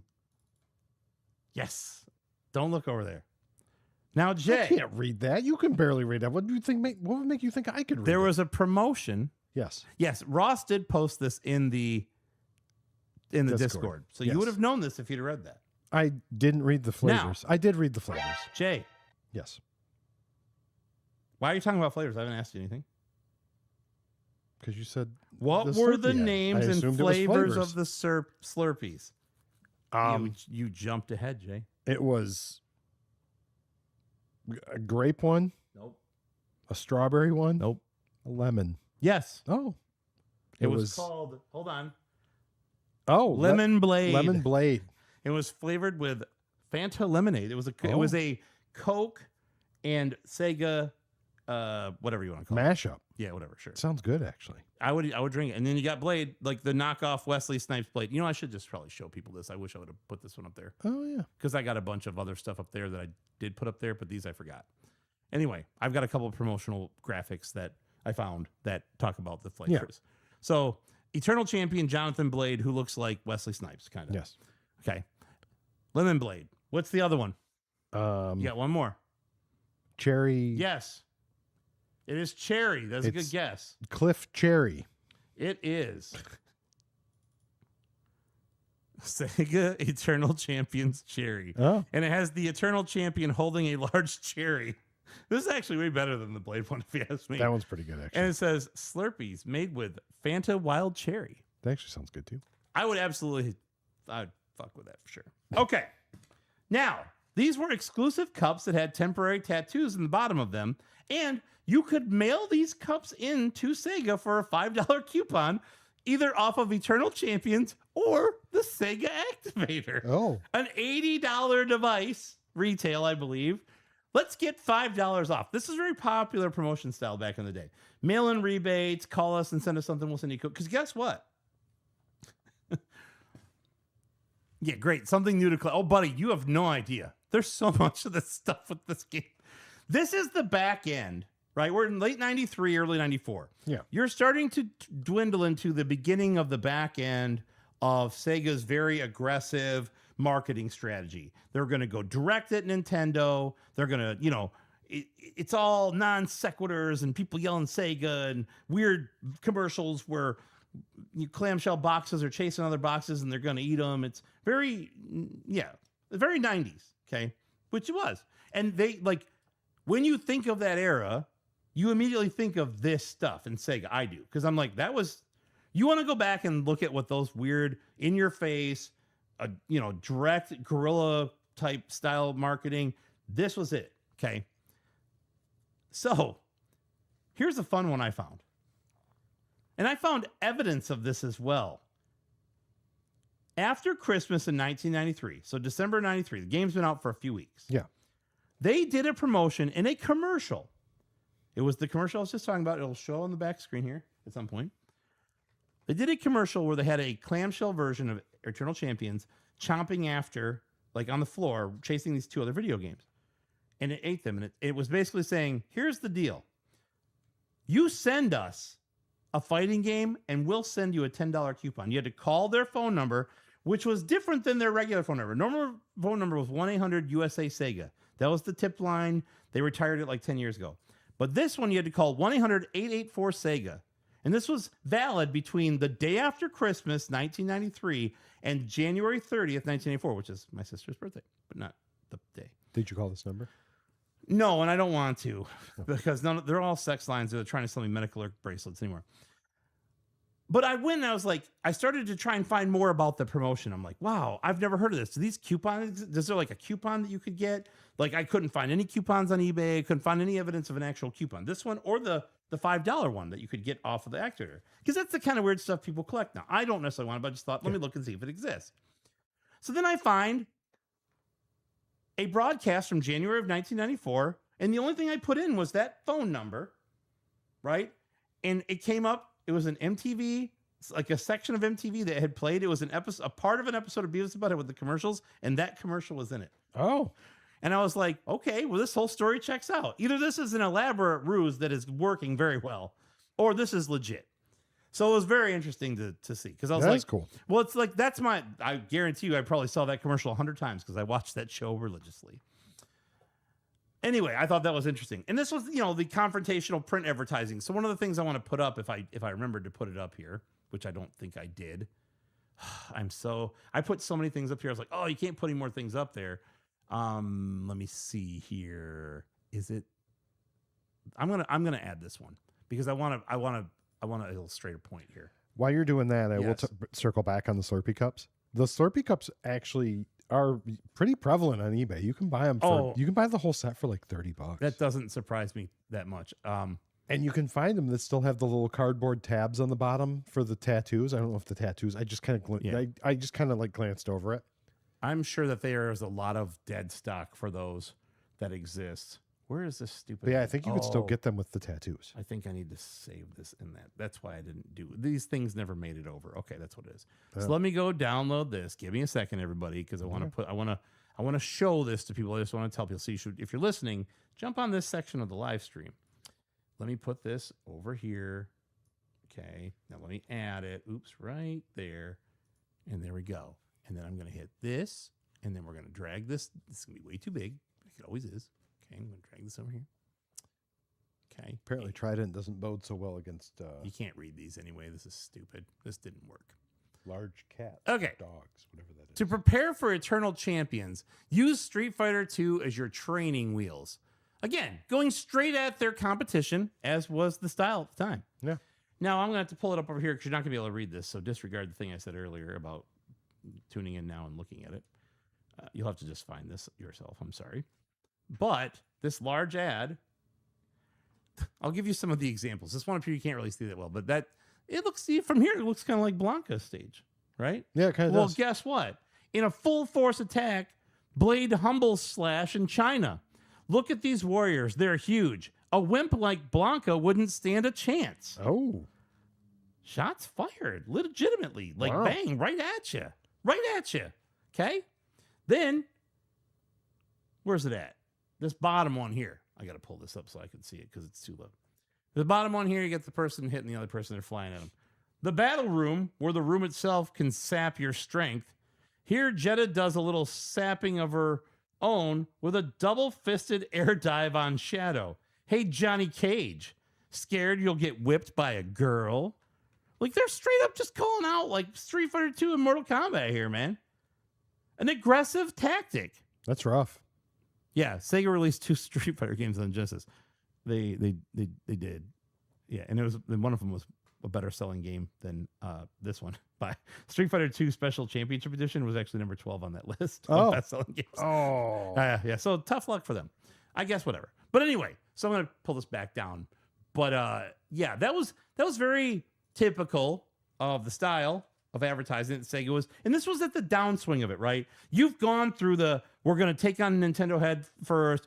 Here comes Sonic. This game's fast, blast processing. Nintendo's for old people or kids or whatever. Not for old people, for kids. And this is when it starts to now you're like, okay, you got to make a new record here. This record sounds like the old record, right?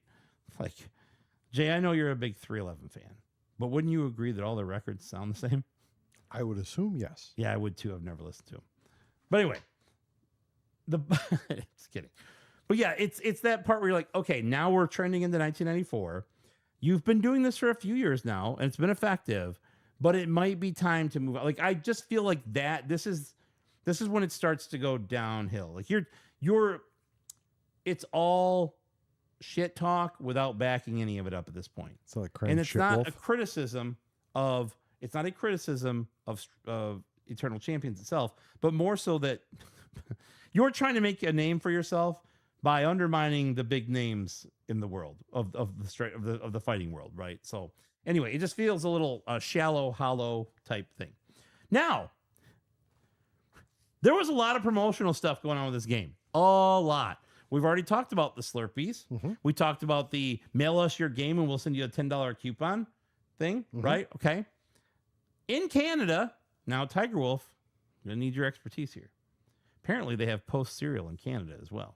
Well, okay. So Post Cereal and Sega worked together, partnered up on a promotional campaign where they did a 6 sticker set and a 6 game tip card set. I believe, I'm going to assume these were packed in cereal. I could not find any details about how you got these other than they are on eBay. They're out there. You can find them. They're not that expensive.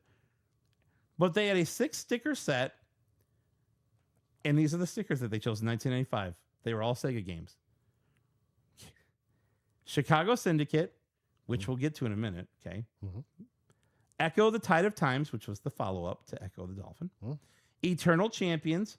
The Power Rangers, Tempo Jr., which I don't even think ever came out on Sega. I think it came out on 32X. Tempo did. And VR Troopers. The game tips, those were the stickers. The game tips were Echo Tide of Times, Eternal Champions, Sonic and Knuckles, Sonic Triple Trouble for the Game Gear, and Tempo Jr. Now, that's only 5. I couldn't figure out what the 6th one was, even though I was told there were 6. And there were like EGM-sponsored tournaments of this game. All that stuff. Now, Jay, I'm about to blow your mind. And completely ruin I'm going to completely ruin this episode. Not ruin it, but I'm going to play some copyrighted music. Okay. And that always gets us flagged. And I always have to say, hey, we're using it from an educational perspective, or it's parody, or it's whatever, the pennish or whatever it is. Yeah. So I have to do that every time with Spotify. We're about to have to do that. And this is going to be this is a training thing. It is. This is an educational segment. Jay? Yes. What legendary hip-hop group sampled music from Eternal Champions? Wu-Tang. No. Oh, I would have figured Wu-Tang. That's a good guess. That is a great guess. I would say, you know what? That is an S-tier guess, but it is wrong. Oh. You have to think time frame, which you did. Yep. Okay. And how many legendary acts were there at that point? And that's a subjective term, but I would say, to me, I'm not a huge fan of this group in general, but I can see where they have a lasting impact on hip-hop and hip-hop culture. Oh, well, then that one comes out. I was going to say NWA. Nope. Which I feel like I would have known that. Yeah, you would have known that. Wow. What legendary hip-hop group sampled music from Eternal Champions? 2 songs. I'll start. Probably a little too old for that. Would Das Effects? That was much earlier. They were 89. Oh, okay. I don't know. I can't think of anybody. I feel like Wu-Tang would have been the answer. It's a great guess. So I'm going to play you the character bios song. Okay. This is the character bios. When you're looking and reading the character bios in Eternal Champions, it has its own song. I want some DAS effects. Nobody guess yet in the chat because I don't want you to get it. It's neither of those. All right, here's the character bio song. This isn't going to help you. You will not know.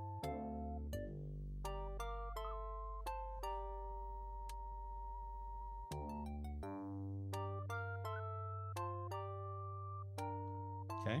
I'm going to stop that. Okay. Now I'm going to play a song. Okay. Song has illicit language in it. Okay. It has words in it that people might not agree with, but I'm going to play it because I'm trying to prove a point here. Not even prove a point, just enlighten you on something and everybody. I turn explicitly. Ross Beck just figured it out, but I'm going to tell you. Don't look over here, okay? Okay. Stop looking at it. Okay. No. Because I got to pull it up and play it, and I got to get it through the thing here. So, all right. And I believe it is this one.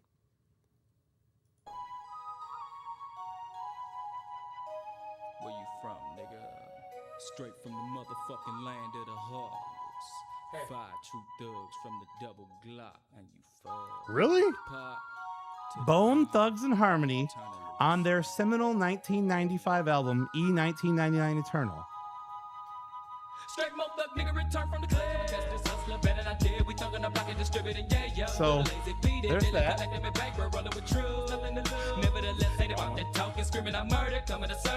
Still doesn't want to adjust. I don't understand what I'm doing over here. Hold on. I'll do this. There you go. It's this one. I can't figure it out. It's this one. Okay. So that's Eternal. I Now turned there's it- another song. I turned it down. It's this one. Thank you. God, I couldn't get it right. Now, I should have a pause now, right? Yes.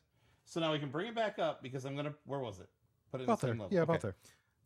This one's even more interesting. There's another artist. Same artist. Oh, same artist. Okay. But you ready? Now I'm going to play this song. This song is called Bad Ending. This is when you get the bad ending in the game. So you Okay. died.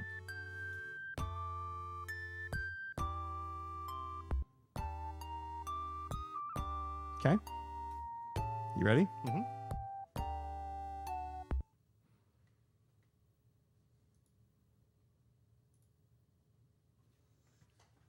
And while even though you still got love from home, my nigga, just rest your soul. This is the original mix of Crossroads, which became The Crossroads. After Eazy-E died, it was remixed by DJ, and that's the album they replaced, or the song they replaced on the album with that mix, and that became the version that everybody knows. Yeah. So Bone Thugs and Harmony, and also, this song is called Crossroads. It's about people dying, and the name of the song is Bad Ending. What are the odds? Which is a bad ending. It's a, well, I mean, especially for Eazy, he died Yeah. a very painful AIDS-related death, I believe. But yeah, insane. I was like, it was crazy, man. I was like, oh my God. You just never put those two things together. See? Bone Thugs, that album is a fantastic album. When I was getting on the other side of my hip hop stuff at that point. But that was when I was like, yeah, I like this. And I will also say, my personal opinion, the remixed version of The Crossroads is better than Crossroad because it was called Crossroad. That's what it originally was. Then they remixed it and became one of their biggest hits. Yeah. So, but they used that Eternal Champions music in 2 of the songs on E1999 Eternal, I'd be curious to know. including Eternal. I'd be curious to and know and where they Crossroads. got the idea for that. I'm sure they were just sitting there playing the game and heard it and they're like, use that shit. And they're like, okay, I guarantee it. Well, you know the story, like one of the guys from NWA is like, we want this. They had to record it off the Saturday morning cartoon. Yeah. He's like, I want that sound. Yeah. That's how they had to do it. Yep. Do they owe Sega royalties? I don't know. I'm not sure, but it is. There you go. That was We might have to do an After Dark episode on that. I just thought that was really cool. I was like, Oh, that's you and Robbie's After Dark episode. yeah. Oh, the Bone Thugs and Bone Harmony. Thugs and Harmony using the Eternal Champions. I hate it because I actually like the other version of The Crossroads. But The Crossroads is better than Crossroad. I think The you're saying the widely publicized. the much more popular version. I'll just play it because we're here and I'm already going to Let me get turn it back. strikes. So this one. Boom, Yes. boom, boom, boom, boom. Actually, playing that little. I never listened to them really, other than whatever was on. Oh, you turned it down on. What'd you? Oh yeah. When judgment comes for you, what you gonna do when it ain't nowhere to hide? When judgment comes for you, 'cause it's gonna come for you. Are we at our time limit yet? The Muppet version is much better. When you got Grover rapping it and shit, that's my favorite. Anyway, but yes, we're gonna get struck. We're gonna get nailed on I gotta this hear. one. I gotta hear mine. Leave yours up. Okay, what are you doing? I turned it down on the. Oh, I thought you said Podcast. you wanted. I thought I gotta hear it. I was No, like, why I are you said turning it down? I said I got it. I got here. it. So there you go. Bone Thugs and Harmony on easily their most popular album and what became one of their most popular songs, sampled Eternal Champions from the Sega Genesis. I've only heard the couple like famous popular songs they gonna had. miss And I never really everybody. cared for And I'm them. gonna miss When you everybody. played the other one, You didn't know it. when you played the other song, I was like, okay, I like that one. Yeah. Like I'll listen to that. I love that one. I don't know. I like the other version better. That's fine. Well, then Oh. you're a big Eternal Champions fan. You're bigger than I am. I mean, we'll find out. It's so a there, it's a scoring. I think we all learned something today. We and did. That's what I'm trying to accomplish sometimes. I There was you go. like, I had that moment myself where I was like, holy shit. And then it's like so clear in the day too. You're like, you play it and you're like, yeah, that's it. Yeah. Like they didn't really fuck with it very much either. No. So anyway, all right. Hard to move on from that. I think we've peaked. That's We probably crazy. should just quit the show Yeah, it's forever. crazy. But production quality, Bone Records 10/10. They're good. They're good. They're good. All right, Jay. This game, I went and did a little Moby Games research. I'm going to tell you, Yeah. I knew this segment was going to go long. This is not usually how long we spend on production. Maybe, or not production, reception. Maybe collecting, but not, or what That's our a gameplay. lot. Yeah, that's actually But a this lot. is mo- We had a whole page. So I cut out the entire. Is it on times 50? It's not on any of those lists. Okay. It's not on any of the Game Informer lists. It's not on whatever. It's maybe on some Genesis Best of lists, but it was ranked on Moby Games out of 1,071 games at number 98. Hmm. So that's top 1%. It's pretty good. Okay. I'd give it that. And what was it ranked between? Number 97 was Rolling Thunder 2. Yes. Shouldn't you have a couple copies of that? I don't have any copies of Rolling Thunder 2. And isn't that the one where the Rolling Thunder 3 manual is really expensive? And I had one at one point. Yeah, I think so. That's the 10 game, I believe. Oh, yeah. And then number 99 was Streets of Rage 3. Yeah. Which I like. Yeah. Not as good as 2. 2's the best one. Yeah. They're all, I like all. 4 was fantastic, even. Okay. There were some sequels, as Robbie had already mentioned in the chat. Yes. Now, this is what I mean. Eternal Champions Challenge from the Dark Side on Sega CD in 1993. They basically took Eternal Champions and expanded it. You added characters. They had Cinekills, so they could do things like, a bit more full motion video stuff incorporated in the game. But in general, like a better version of the same game with more stuff. Yeah. There was, this is a misnomer, but this is how I'm going to show a picture of this. Okay. I'm going to show a picture of this. Okay. There we go. I probably should make that bigger. The Sega Pocket Arcade Eternal Champions Special Moves Edition came out in 1994. Now, I'm going to zoom in on this a little bit for you, Jay. Okay. Make this a little bit bigger for everybody. And I want you to tell me what that really looks like in disguise. What's that look like to you? You can't see it from there. That's what I was trying to look at on the. Look at that. What does that look like? You want a hint? Yeah.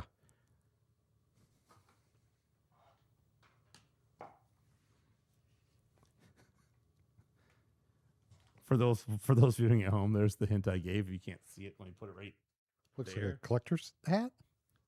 Tiger Electronics. Oh, tight. Never mind. Okay. The Pocket Arcade, suspiciously close from an LCD perspective I to was that of a confused for a Tiger second because I Electronics thought it was game. a Tiger handheld game. That you were Stop showing talking us. over me. No.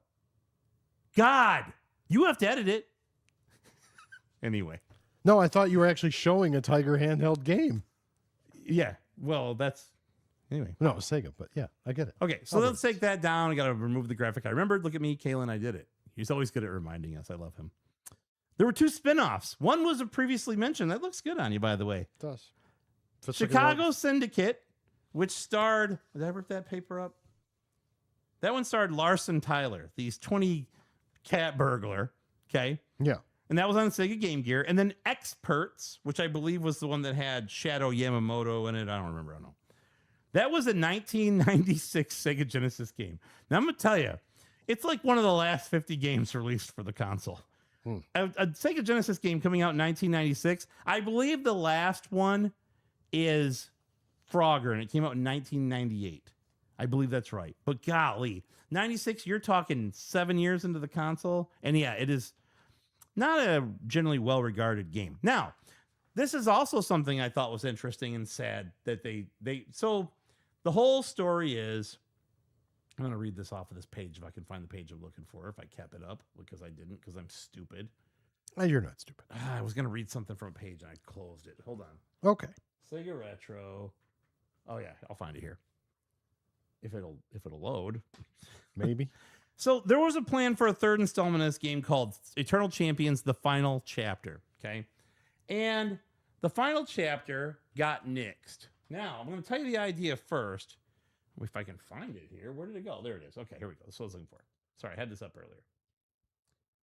This was supposed to come out on the Sega Saturn, okay, in 95, 96, whatever. Yeah. It was called, again, Eternal Champions: The Final Chapter, where a third force called Chaos would threaten the timeline, and there was another... Okay, I should start over. Edit that out, because basically you have your Eternal Champions. Then you have, I think, if I understood what he was saying correctly, the people who killed him, killed the Eternal Champions, and then you'd fight them. Which I thought was a great idea. Okay? Yeah. But, and maybe I'm getting it wrong. I might be oversimplifying. But the moral of the story is this. Do you know why they didn't make it? Because it was going to be on the Saturn? No. Oh. It's a great guess. Oh, okay. I'm full of good guesses. Sega, tonight. I'll Wrong tell you guesses. this.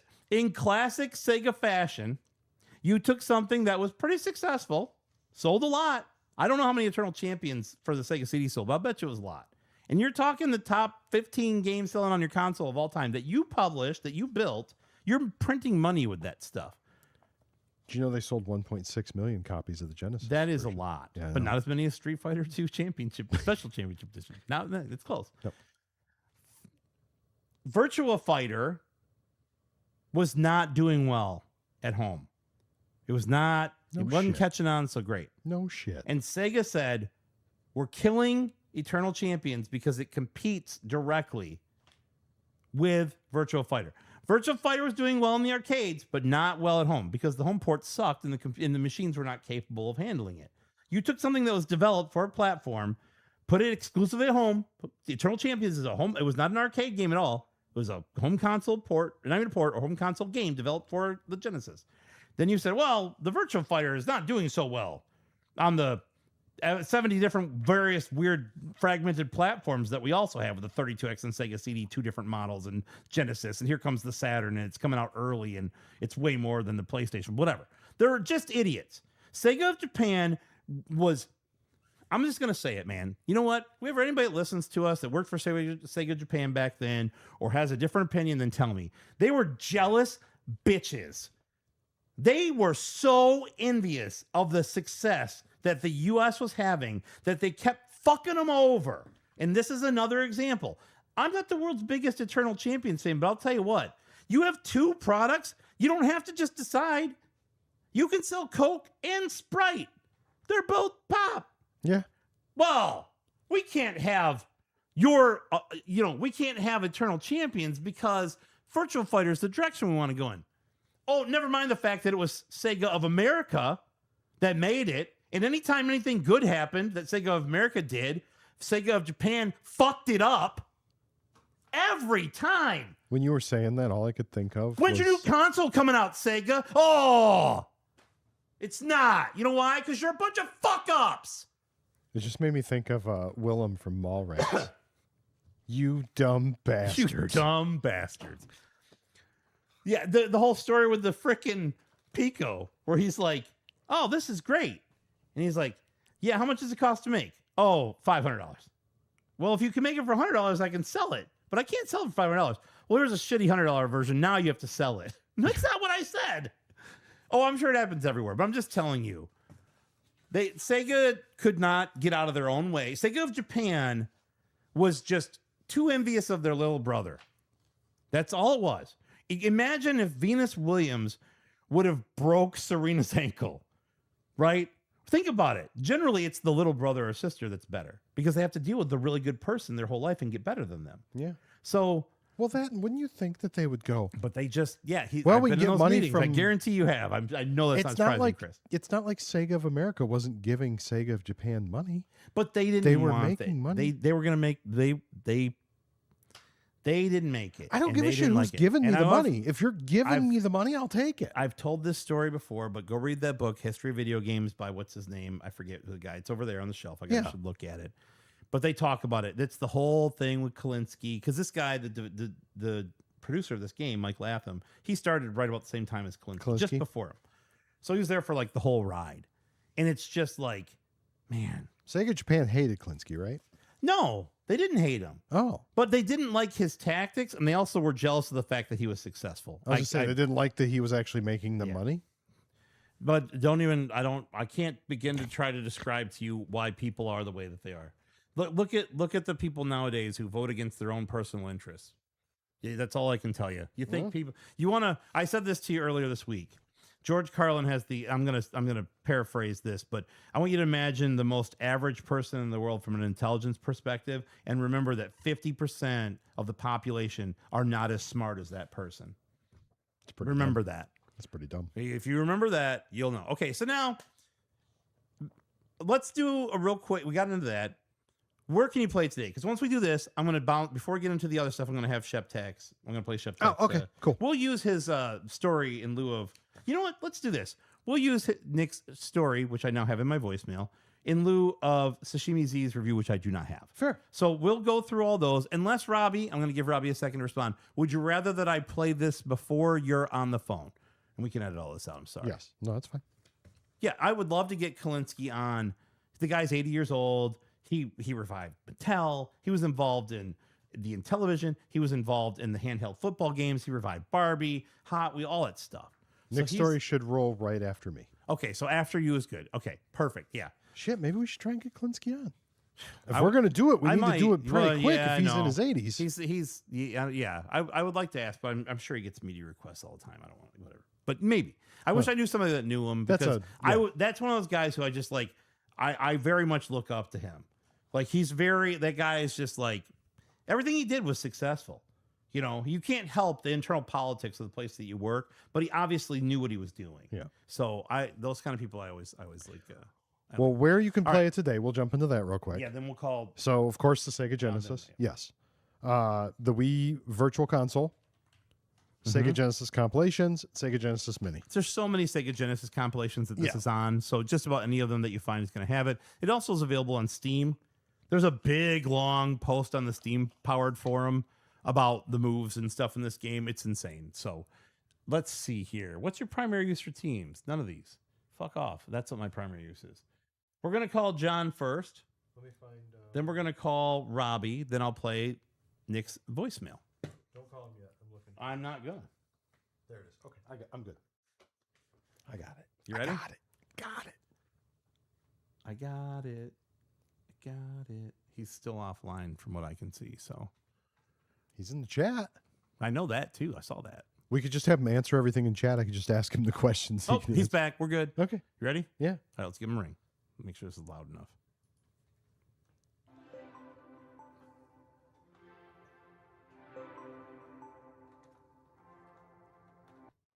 This is John Young. He answers the phone saying it's John Young, but we all know it's Mr. Famicom Box himself, because that's what Tyler says I have to call him. Fighting his way through the Eternal Champions layers and timelines and such, it's retro game enthusiast John Young, everybody.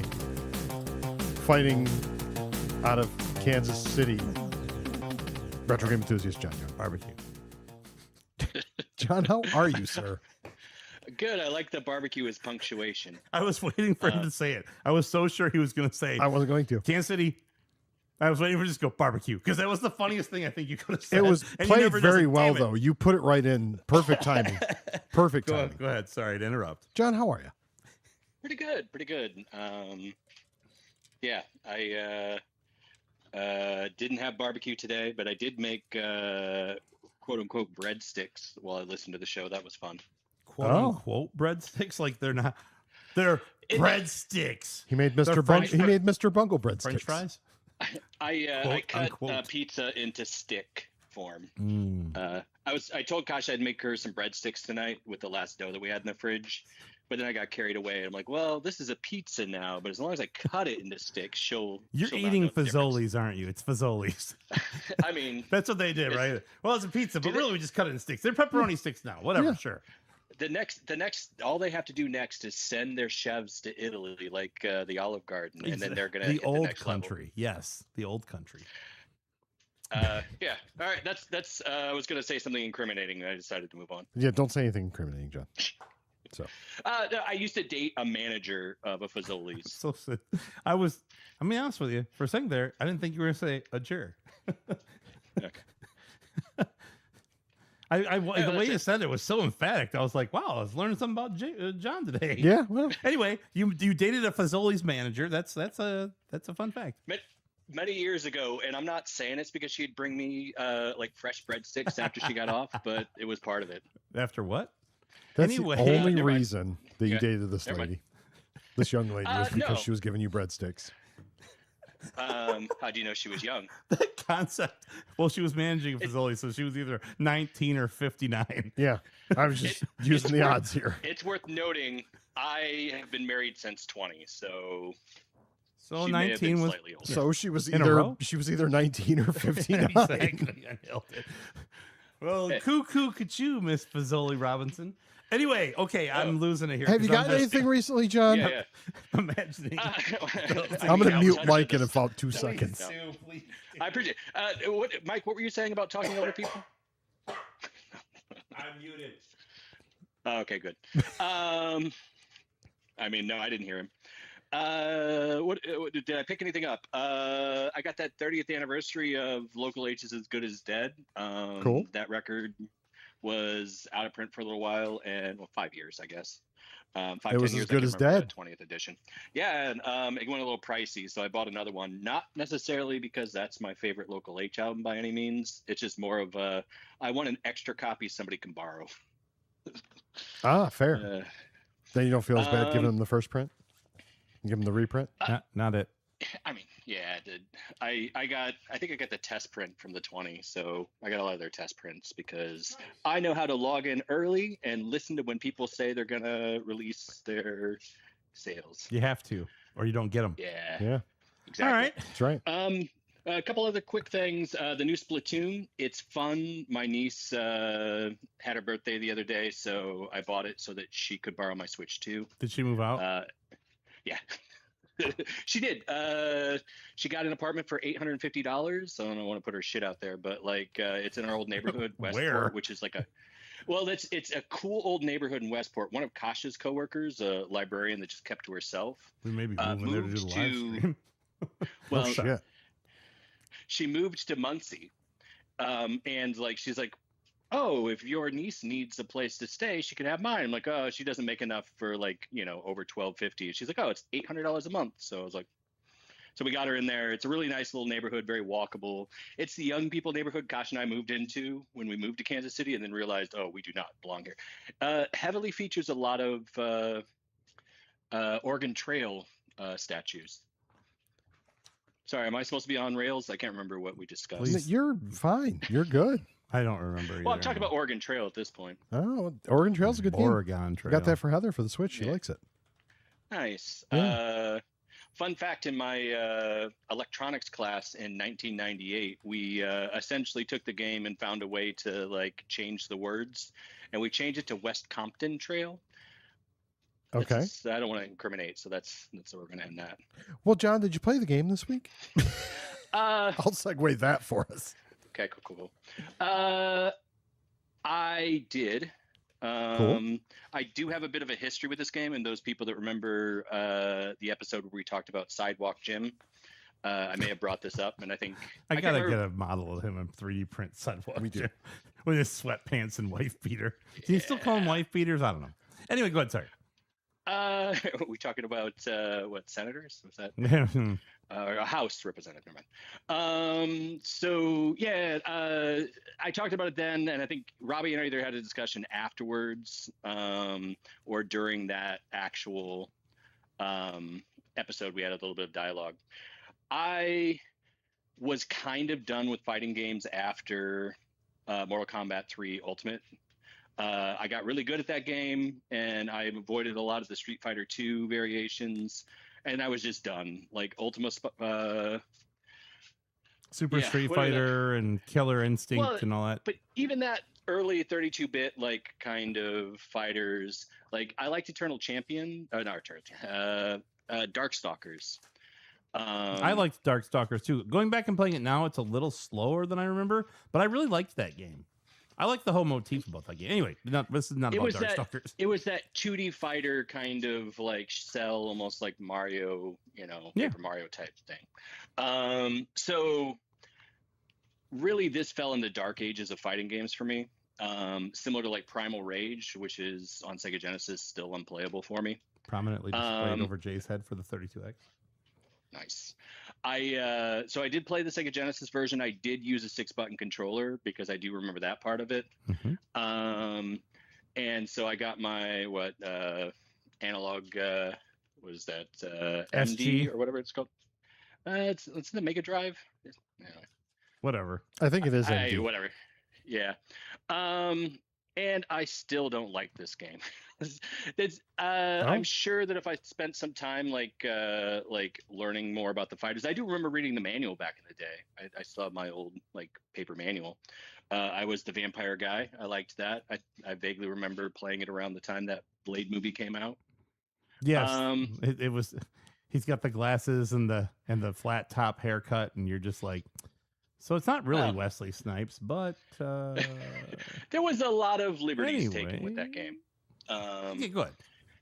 But no, there's just something about this style of Sega Genesis game. I'm sure that if I got into it, I could enjoy it, but I'm not putting in the effort to actually get into it. I played for about a half hour, and then Kasha asked if I wanted to watch like an episode of Minx. I'm like, sure. He's like, "Hey, do you want to watch?" Yes. She's didn't like, do even you tell want to you what watch it- a show about guys? Do you want to watch a kitten full get beat frontal with a nudity? bag of hammers? Yeah. You could have said anything right then. Bag of Hammers was Local H's first album. You're thinking Oh, of yeah, I missed that one. It's second one is Must have missed that one. Anyway, it's good. It's they just recently redid it. is it really like called that? Just Bag of So it was Hammers. called. I think it was called Bag Full of Hammers. I don't remember. Oh, It it's was something close. like that. All right. Anyway, But I'm when they scared, but re-released didn't it- know that. Fistful of Hammers. That's what it was. Because they the re-release because the original drummer doesn't really get along with the singer / band owner. It's was re-released and completely redone and called Refisted. Welcome back fun. to Local H Talk. I mean, they did have playing cards at one point A and bag of stickers, I eternal believe. breadsticks is better. No, this is like, I'm sure it's a fine game, but for me, it's a 2.5. Like, if somebody came over and said, "Do you want to play Urban Champion?" I'm like, "Oh, you want to watch Suburban Commando? Yeah, I'll watch that with you." Urban Champion, Whatever this one's called. Eternal Championship. I was trying to make a joke about the Hulk Hogan movie. That was and actually I lost. kind of funny. It was good, I thought it was Uh, good. but You it's, know who it's the the dad same was thing. in That that game's movie? just as bad. No, anyway, I'm kidding. You know what? Sorry, John. The dad in that movie was? Hulk Hogan. No, he was the alien. It was the guy that played Uncle Fester and Back to the Future. Oh, Christopher Lloyd. I wanted to say Weber. No, not Weber. It's not Chris Okay. Webber. Okay. Anyway, Yeah, moving he on. was he was the son, right? With the little like no, that's Webster. Anyway. The breadsticks are good. Jalapenos are from the garden. Giardiniero is from Whole Foods. Good. Sure. Garden. Whatever it is. Yes. You know what I'm talking That's shit. Yeah, that stuff. John, you Cheese got curds are from a local guy. Okay, I'm cutting you off now. Yeah, sorry. John, you got any shows or anything coming up? No, nothing. Perfect. Moving on. I'm just kidding. I'm just kidding. Never mind. That's fine. I was just being funny. I was trying to. I'm going to mute him. No, it's good. No, it's good.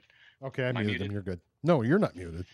Mike's muted. No, I don't have anything coming up. The WinTech job fell through, which means I have to start like seriously applying to like places I actually want to work. Lame. So that's fun. Do you want to work though? I mean, Tiger Wolf was talking up this gainful employment, like income that he keeps talking about. So I think that's probably. I think Kasha would prefer that I not just play Splatoon and be like, it's for my niece. I guess. I'm doing research for the show, Mom. Oh, I'm sorry. They pay you the same as your regular job. That's right. The biggest annoyance is I started to learn APL, which is a programming language, literally. And it's a useless language outside of that one software company that I wanted. But I'm actually really interested in it, and I have to stop myself from digging in deeper. Yeah, don't do that. All right. All right. No, things are good. Good. That's my review. I'm Like it? looking forward to Robbie tearing me apart. When I'm sorry, where can people find you, sir? You can't get off totally scot-free. On the Instagrams, Retro Game Enthusiast, the Discord. I need to get back into those things. I've been avoiding social media because life is better that way. Just stay in the yeah, you can Discord. find me there. It's good if you're just staying in the Discord. Don't go outside the Discord. And My- with that my said, everybody should Instagram's- join our Patreon. You know what? I've been trolling people on LinkedIn between asking them questions about why AI is helping their corporations, and then also data scientists that keep trying to dog Excel. I'm like, I agree, you shouldn't store your data in Excel, but just because you got software that does it for you doesn't mean you can't build a nice Excel workbook. So look True. forward to my my 5-part series about funding liability development through basic Excel Please structure. stop. Oh, my bad. Please stop. Stop him, Jay. That's your job. I know, but you keep talking over him, so I was giving him a couple waited minutes. and waited and waited. John, it's been very nice speaking with you. I Jay's love you, defense, buddy. You did say, love you too, buddy. You did say that I could go on my tangent, so I was trying to test it. Don't Oh, say that to him. No, I think you said it. You said it. Yeah. No, well, Go then back. don't let me say that to him. Stop, Mike. Hold me accountable. Michael? Okay, now I'm playing you off, John. All right. All right, bud. Bye. Later. He could talk to us all night about numbers and trolling people on LinkedIn, but he's too busy going to fight for the eternal champion and keep it on the rails. But Mike doesn't help him stay there. Retro game enthusiast, John Young. Oh, and I also forgot Mr. Famicom Box himself, because that's what Tyler says I have to call him. Retro game enthusiast, John Young. Barbecue. You got to keep him on the rails. You don't help. I didn't say anything for a long time. You kept him off the rails 3/4 of that talk. I can't wait for you to edit this and listen to it. I cannot 100% wait. can't, because I was making a point to cannot- listen to you. Go, buddy.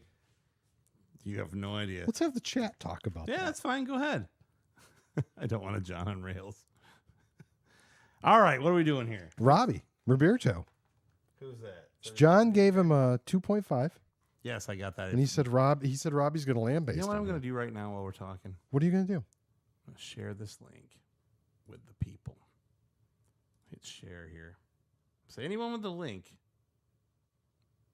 only people with access can open the link. Let's change that to anyone with the link Can have can access. view this link. Okay. So this is not, it's not good. I'm going to put this in our chat. Okay. So you can come, if my mouse will work. What the F. Okay. This is the document that we keep all of our scores and ratings in. I need to update it. It's not complete. yeah. But I've been talking about sharing it, and I'm just going to do it because Tiger Wolf has been bugging me and I bugging think me. you shared it last episode. Never did. It was shared with 4 people, and it was restricted. So I Oh. did not. I did not. So Now it's out there in the that's world. it. That is the chat. That is the what you see in the chat is the link, and I see 2 people I think already in it. Let's see here. We got Anonymous Chameleon and Anonymous Rhino. Oh, there's a third. They can come in here and see all the episodes that we have done, the scores that I have logged, which are not complete, and then what's coming up too. I'll put that in here as well. And there's some old stuff in here which I was using as. Hey, John gave it a 2.5. Oh, it says it right here. Yeah, I'm looking All at right, it. cool. All right, so let's call Robbie. Okay. Robbie, Robert J. Cohen. I think this is the one right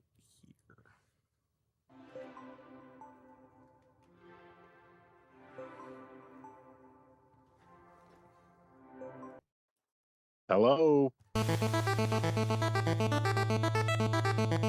now, the eternal Grip King, champion of Chicago. Our friend, your friend, my friend of the show, friend of all, except some. 8-bit supremacy, Robbie Coleman, everybody. Not bad! If you start talking about investment spreadsheets or something, I'm going to flip out, man. Do it. Anyway, I'm kidding. Robbie, how you doing, buddy? I'm all right, man. I'm doing good. All right, good. So, how's Chicago this time of year? Eternal. It's eternally bliss. What have you been up to, bud? No, not a whole lot, man. Been just tending to life over here, and I haven't really been collecting too much. I bought a empty box for Superman on the NES off eBay, but that's not really any classic grip action going on. Just standard collecting consumerism through the internet. Hey, you gotta save some of those grips for some of us here once in a while. Yeah, man. I'm leaving them out there for the rest of y'all. You go get them. Where's It's all for Segon. my Superman? Is like an old rental box, I believe. No, the clamshell like cut up. No, box? it's just a beat up. cardboard box that has a sticker on it that says like R44 or something. I forget. Yeah. So, Oh, yeah, cool. Segon thanks you for staying away from all the grips in Chicago. He's like, thanks for staying at home. So yeah, I don't. Why do I need? I'm sorry, I just cut you off. No, Go you're ahead. good. I was just first of all, I was joking earlier when I said that to Jay. So I don't get offended when people talk over me unless I'm talking and then like they start to talk about something completely different. My family is notorious for like having this conversation where you're talking, and then here comes my mom. I'm talking to my dad. My mom comes in and starts talking about something completely differently to me, and I'm like, you can hear me having a conversation. Dad talking Literally. about garage sales, and she just walks up and she's like, "Lasagna." "Hey, did you see the lasagna Yeah, yesterday?" and I was just like, You're okay, like, what? Anyway, so no, you're fine. You haven't really picked up anything. What else? What's going on? Any? I was gonna say it's not really much of a reason to go out and grip anything when you have a copy of Eternal Champions at home on your shelf. It's true. Why bother? Well, why eat bother? hamburger when you have filet mignon at home? That's right.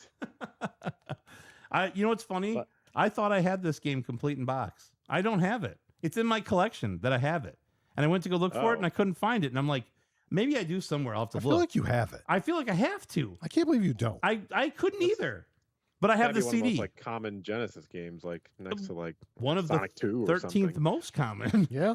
Anyway, Yeah, it's gotta be. but you know, yeah, there was 1.6 million copies sold. really? Yeah. How do you I know believe that? it, man. Yeah, there was. I believe it. The marketing was strong on this one, and that's I love all the fodder, like the Slurpee cups and like Dude, tattoos and all this. They were like going in they on went this. hard on this They one. were so proud of it. And I'm telling you, like, not only did they go hard, I didn't even scratch the surface. I was like, these are the things that I'm just finding easily. This was the easy stuff. And there was so much of it. They were promoting the shit out of this thing. Anyway, they have their own Slurpee flavors, for the love of God.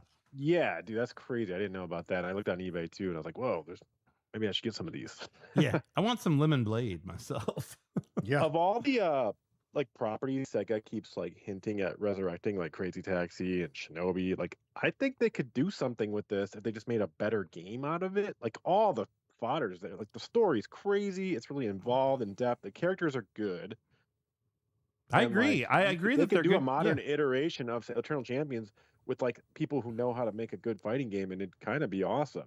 It feels like Wish.com X-Men to me. Yeah, It's what it's like. They yeah. could do more with it, but like whenever I look when I play this game, and I don't want to get too much in my own opinion, but that's what it feels like to me. I'm like, no, I all these agree, things seem fully. like the Dollar Tree version of like, Yeah, you know, an X-Men character, and you're like, you could do more. Totally. Like, give them some time, but they never did because, you know, Sega Japan had but to. dude, I fuck it up. forget, like when you yeah, they sure did. But when you start the game, if I remember correctly, like there's like a wall of scrolling text that explains Yeah. this long It's right over my story, and head. like, wow, that is really It's also the only game that involved. And I like just what press start up the and logo. punch and kick people. God damn it! There's a part of Eternal Champions gameplay wise that I just remembered too. I'm jumping ahead here, but like when you play through that game, you get to the Eternal Champion, and he's hard as fuck unless you like spam him with jump kicks in a certain way. But if I remember correctly, if you lose to him, it just shoots you back to the entire bottom of the ladder. So I read about this. This is what happens. You have to It's beat him crazy. 5 times with Yeah, one that's life. right. You get That's right. 2 shots, or you get 3 total shots at him. If you die, you get to fight him again. If you die, you get to fight him again. If you don't, it's over. You start over. Okay, that's what it is. But And- I went through it like a year ago again, Yeah. just because for old time's sake. But yeah, you said and what?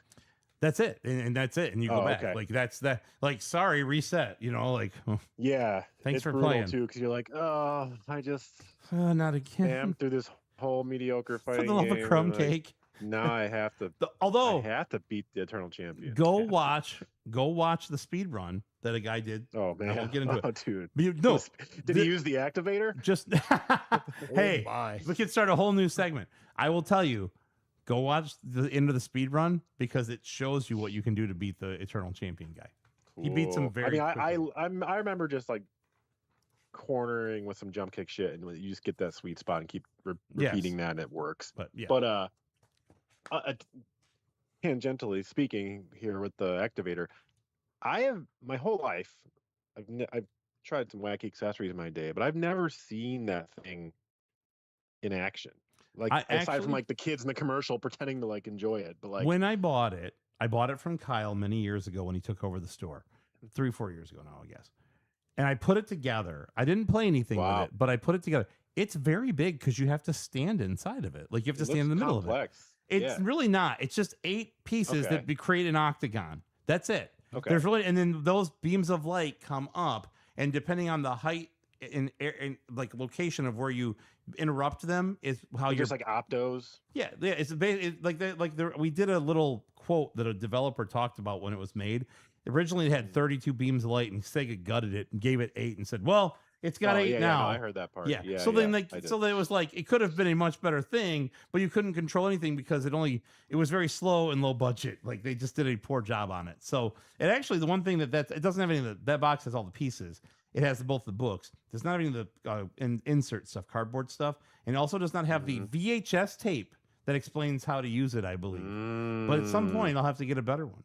So you But have I to would get love the to put it tape? together and use it at some point because it is literally just in pieces. It's like it's not that hard to put together, and it doesn't work very well, so it wouldn't take very long. I just remember like the magazine ad of like some like 90s dude with a ponytail looking like Dan Cortez, like jumping into the air super high, and you're like, that's Yeah. not how you use that thing, probably. But No, there's no real right way. Apparently, is what we found out. But anyway, yeah. So yes, it's one of those things that I keep, and I'm just like, why do I have this? And I'm like, for shows like this. I forget it exists entirely. But then if you like pop in like Mortal Kombat 2 for old time's sake and like have to go like toggle to the 6-button controller in the options, there's an option for the activator. And you're like, oh my Yeah. god, they like program right, an option that for thing. this in the game. What- It's so funny. My favorite Angry Video Game Nerd video is the one where the guy plays with all the accessories, like Oh, the yeah, golf that's and the awesome. bat and the this rolling one, rocker and the stuff. Sega activator. You know, he's just like, it's great. So anyway, all right, enough of that. So did you play the game? Have you heard of this game, Not- Eternal Champions? It's been going on Not forever. not recently, but But growing up, I played a lot of it because my next door neighbor that I grew up with and dear friend Nick Shuptak, aka Cartmageddon, he owned this game. He bought into the hype. He got it, and we were all crazy for fighting games, so this is no exception. drinking so, squishies from the Quickie we're all Mart. about it, man. I wish. We were all about it. I loved it. I ate up the marketing, and he had it, and I borrowed it all the time, and I was like, I had a blast with it at the time. Like I like the characters. I picked the Chicago guy because I'm like, oh, I live near Chicago. I'll be a Chicago burglar guy. I'm a cat burglar. Look at me. I'm a cat burglar. Yeah.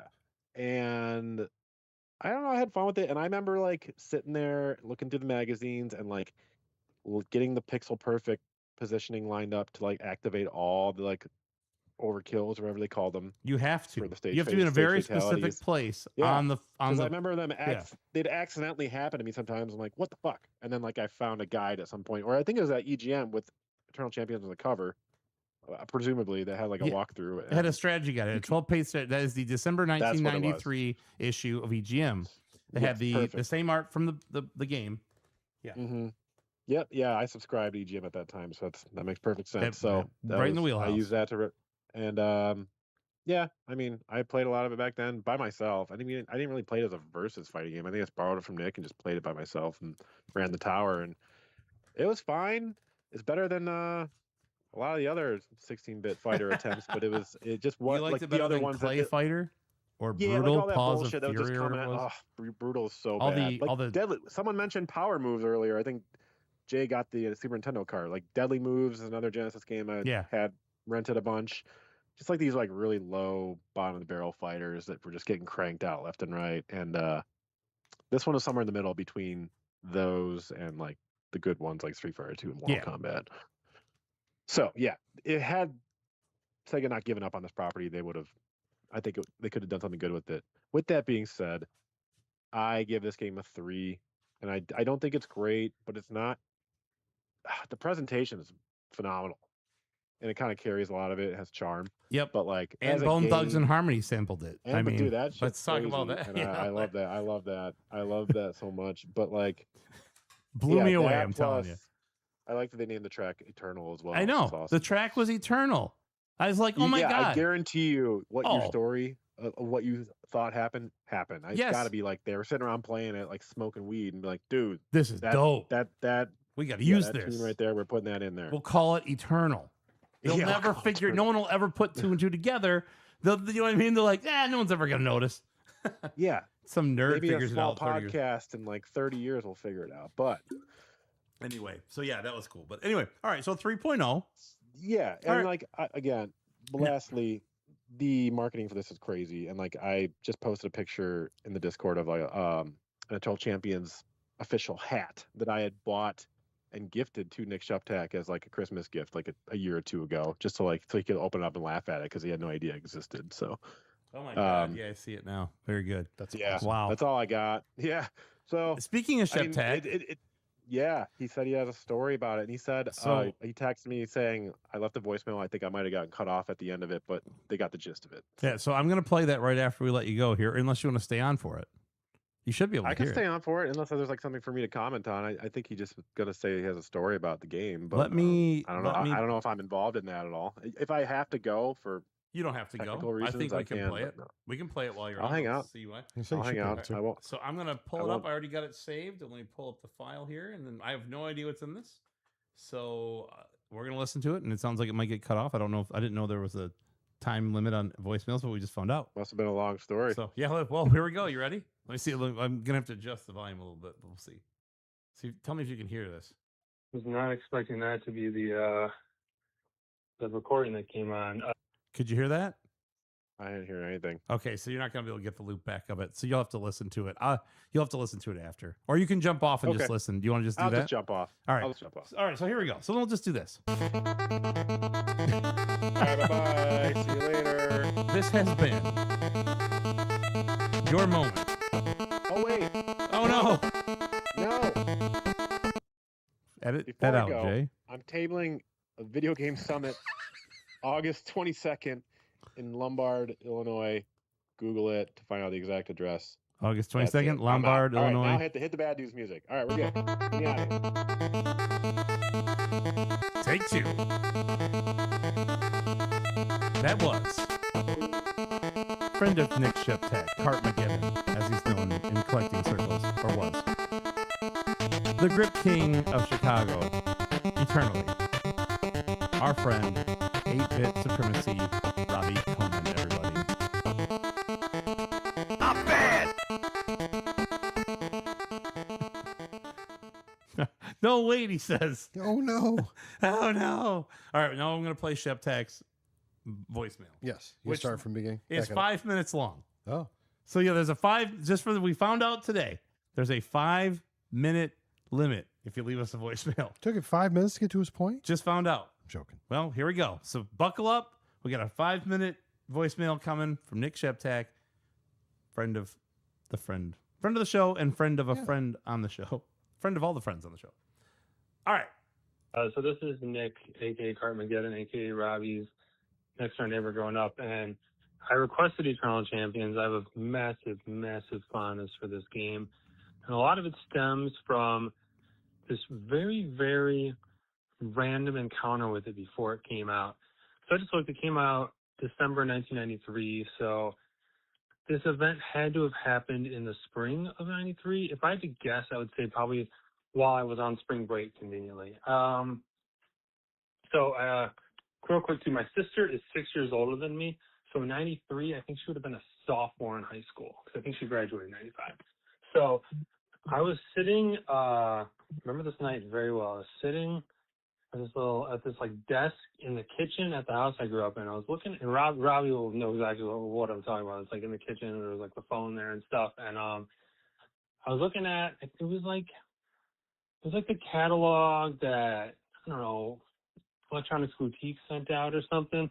It was just like upcoming games and stuff. And there was an advertisement for some like cross-country mall tour showing off upcoming games.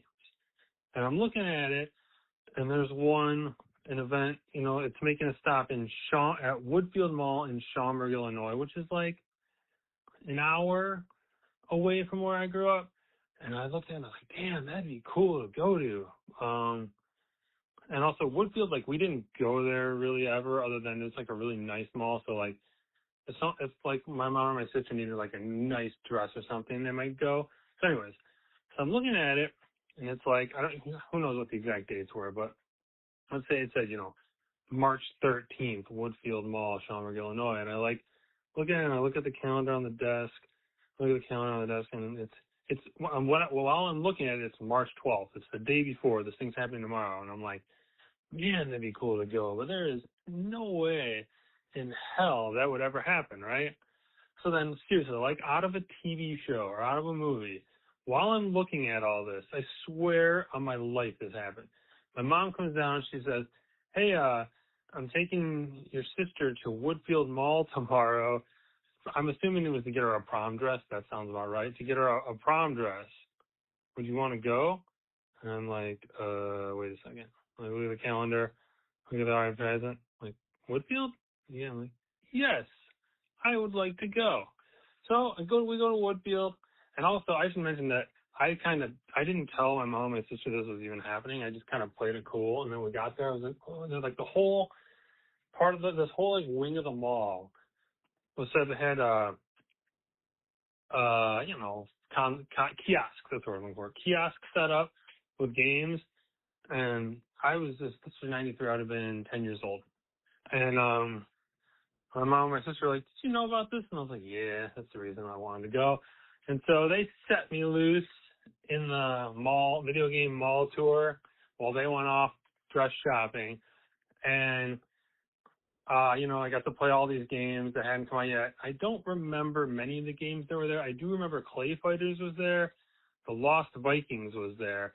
But the star of the show that day was Eternal Champions. That was the game that had the biggest crowd around the kiosk. And at the end later in the day, too, there was an Eternal Champions tournament happening where I think the winner got like a jacket, like an Eternal Champions jacket or something. I don't know. Some like video game historian needs to figure this out for me because this is all going off memory. But I remember playing Eternal Champions every chance I could. I played a bunch of games, like I said. I played Lost Vikings and Clay Fighters and other stuff that I don't remember. But Eternal Champions just won the day because this was height of the fighting game craze, Mortal Kombat and Street Fighter. You guys know, you guys were there. And I remember like coming home and to like Robbie and just being like, dude, Eternal Champions. This is the game. Holy cow. It's so awesome. It's the next great fighting game. And sometime later after that, Sega Visions, I remember put Eternal Champions on the cover. And that just got me more hyped. And then it came out and I loved it. I still love it. But I feel like it never really caught on the way, like, if you'd have asked me to like place my confidence level that Eternal Champions is going to blow up after that day at the mall tour, I would have said 110%. Like the game was a phenomenon at the mall tour, and it just never really seemed to hit. That's how it ends. Yeah. That is a great story. And I wonder if that doesn't have something to do with when I talked about how EGM was doing tournament. They were sponsoring tournaments with this game. That was probably one of I them. wonder if that was before or after, but that's fascinating. And I imagine being 10 years old and being off and like oh the what mall? What is it like? What was it again? The Woodfield Mall. Oh yeah, tomorrow. Sure. And then they're like, "Did you know?" I just love that because, like, yeah, I knew. Oh, good to know. EGM was based. in Long the Beach. I knew they were based in Chicago area. So, but that's a great story because yes, we were there. I mean, it was like, that was fighting game mania. That was what brought the arcades back. Right? Was fighting games. So that's just funny that it was. Yeah, I wonder if that's I want to do some research on that. That's fascinating. But that's cool. What just coincidental, perfect, serendipitous timing. And Nick is the one that recommended us to do this. I should have mentioned that earlier. I put in the notes. I don't know what happened. I think we probably did talk about it at some point. We didn't. Oh. Yeah, it's like Nick Sheptak was the one that had suggested that we do this game, and that I like that he was able to share that story as part of it. So yeah. There you go. Cool. It's a cool story. There's a gypsy. Is there a gypsy with a third nipple at Woodfield Mall? Yeah, she was also on Three's Company. Oh yeah, that's right. That is. Anyway, all right. Robbie gave it a 3. Huh? John gave it a 2.5. I have a sneaking suspicion that you have an opinion about this one. Jay, you ready to give me your? We have no review from Sashimi Z. I'm sure Chef Tack would give it a 5.0. So You think you'll give it a 5? No, I was just being funny. But what do you got, Jay? You ready? All right, I'm going to change that to Nick. I asked Robbie to see if Nick would give us a score. Sure. Oh, no, it's good. It's good. Yeah. So, I have a couple feelings on this game. Yeah, I thought so. I want to actually jump right into the music. And the reason I do is because I don't have I as we were listening to this and we were talking and the chat was talking too about how polarizing between Nintendo and Sega music is. Some people are really you're either team Sega or team Nintendo on music. You can like both. I like both. I was going to say I don't really care. I think they're both good. Like I think they all have my thing with music on the older gen video games is if it sucked. Like if it was just crappy music. I guess that would be my whole argument. If it was just like bad music, I'm like, I don't want to listen to it. Yeah. But like I thought the music was kind of good. I mean, yeah. Bone Thugs and Harmony thought it was good enough to put it on 2 of their songs. On their biggest album of all time. Yeah. So I'm like, music's good. The graphics I really like. Like I think the character design is great. I think the character story is great. Yeah.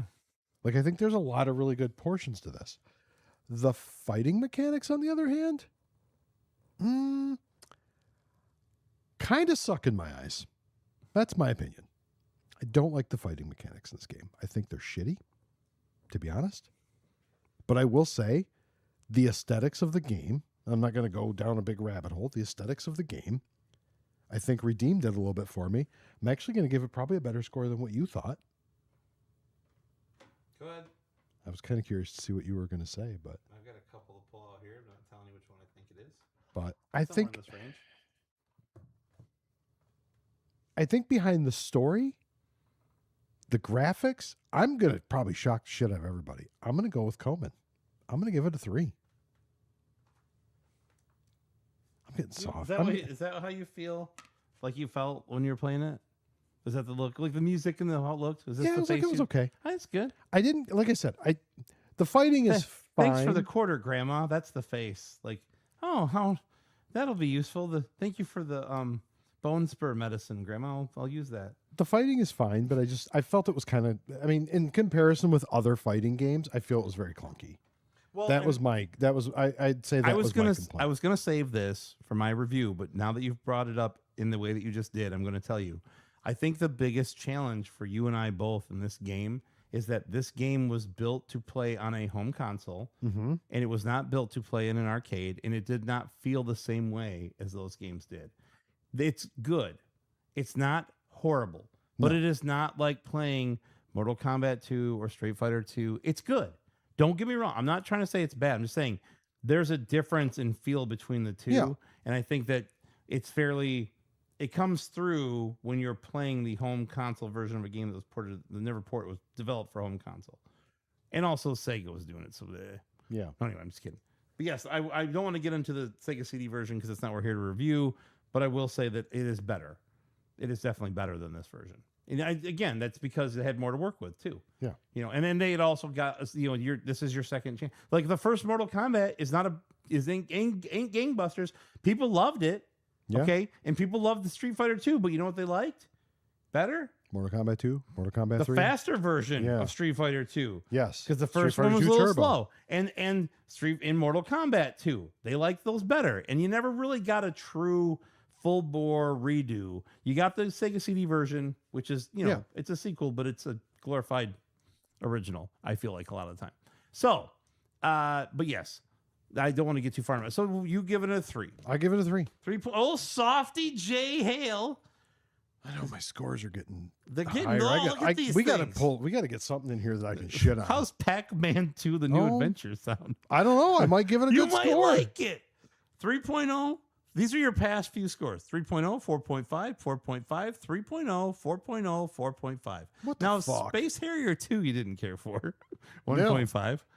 Nobody did. Wait, John did. But even before that, 4.5, 5.0, then Shenmue 1.0. Okay, anyway, and you can see all that stuff in the link that I provided in the chat. So you want to see what Jay's scores are? There they are. All right. You're up.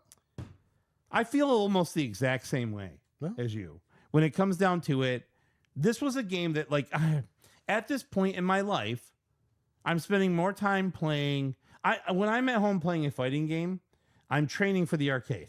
Yeah. Literally, I'm like practicing so I can replicate the muscle memory and all that stuff and try to translate it from one to the other. And that got easier as the ports got better, right? As you got the PlayStation World. So I'm playing Mortal Kombat 2. I'm playing Street Fighter 2. I'm playing those games. I'm playing the other ones that are bad too, like the Clay Fighters of the world or the Primal Rages. Those games, I was playing plenty of them, but I didn't love them. This game is fine. I agree. It has a good aesthetic. It has great character development. I think that it would be like, I love the idea of pulling all these people from different times and eras and bringing them together to fight each other, not because they, had to kill each other, but because they're trying to save the world. Like, I like it. It screams X-Men to me in a million ways. It does. Right? Like, it's like, oh, we all have these different powers and for this and that, or these different alien forms or whatever, blah. And I'm not even a big, I'm not a big comic book guy, but I just I don't enjoy playing it. And that's the problem. I like the music. It's fine. I think it looks good. I like everything about it. I like that they put a lot of effort into it, but playing it is just like, I don't know. It's okay. It's very hard. Oh, hello, Romulus. So welcome. Do we know who that is? I don't know who that is. I don't know. Well, welcome. If I know who you are, I'm sorry. I can't remember everybody. Oh, yeah. Who is this? I don't know who this is. Why do I not know who this is? Now I'm worried. Maybe we said something to upset them. Anyway, I don't think they did. They were talking about the games. I think I might know who that is. I think that might be Nick Sheptak. Huh. Slim Thumbtack with a TAK. Yeah, maybe I deciphered it. Context clues. We'll see. Anyway, but yes, I like the game. It's okay. I think I feel exactly the same way. Like, I hover between like 2.5 to 3 is what I feel like. And I'm going to be honest with you. It was probably a 2.5 until I discovered the Bone Thugs and Harmony thing. And I'm like, okay, now it's a 5. But then I played it again and I thought, it's not a 5. So I also do love, as I've gotten older, you become nostalgic for your youth and the things and the ways of your youth, even if it's just watching a VHS tape and how that felt versus watching a 4K Blu-ray or whatever it is, right? The mechanical whir of your VCR, blah, blah, blah. But I do have a soft spot for that aggressive, in-your-face, non-sequitur marketing that just reminds me of my youth. It just reminds you of that time in your life where you're like, oh, this is what it was like. And people like glorify it and they hyper focus on specific things or whatever. But it was very much like, look at all the commercials for video games from the era. It was a lot of that. And it's just, and then the things they do now that they didn't do then, But they started to do then all the marketing, all the promotional stuff, the cards and cereal boxes, and the Tiger Electronic, all that stuff that they're like, we're going to make Slurpee cups, and we're going to work with 7-Eleven, and you know what? We're going to work with the whoever, whatever. There was a lot. But there's so much for this game, and that was not common at that point. It was starting to become more common. Like now it's like, well, of course you have a record, and you have a figurine, and you have a T-shirt, and you have all this stuff. That stuff didn't really exist for those, unless they were promotional items or something in general. You couldn't just go, you know what? Like the classic example is I sit here in an Expedition 33 shirt. Played the game, loved it. Let me go to your web store and see what you got. Giant mouse pad, cool. Flag, cool. Shirt, cool. Records, cool.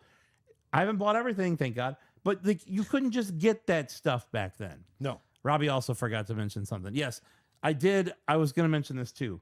There's apparently an Eternal Champions movie that has been announced, and it's supposed to have gone in production in 2024 or something like that. Really? Yeah, I read about this. Oh. It's at the end of the Wikipedia article I was scouring through, or maybe it was on Moby Games. But yes, there is supposed to be an Eternal, and I could see that being good. They might get sued by Marvel, maybe, depending on which way they go. This guy's called The Thing. His dork's made out of orange rock. Anyway, I would say it's a 3. I'm going to give it a 3 as well. It's a lot of 3s. Yeah, I know. I feel like only because of the Bone Thugs thing. Otherwise, it would not have been a 3. I probably would have given it a 2.5. I can't wait for the Yards Revenge. Howard Scott Warsaw. HS Dubs. I believe we named him. Anyway, all right. Can I pause real quick?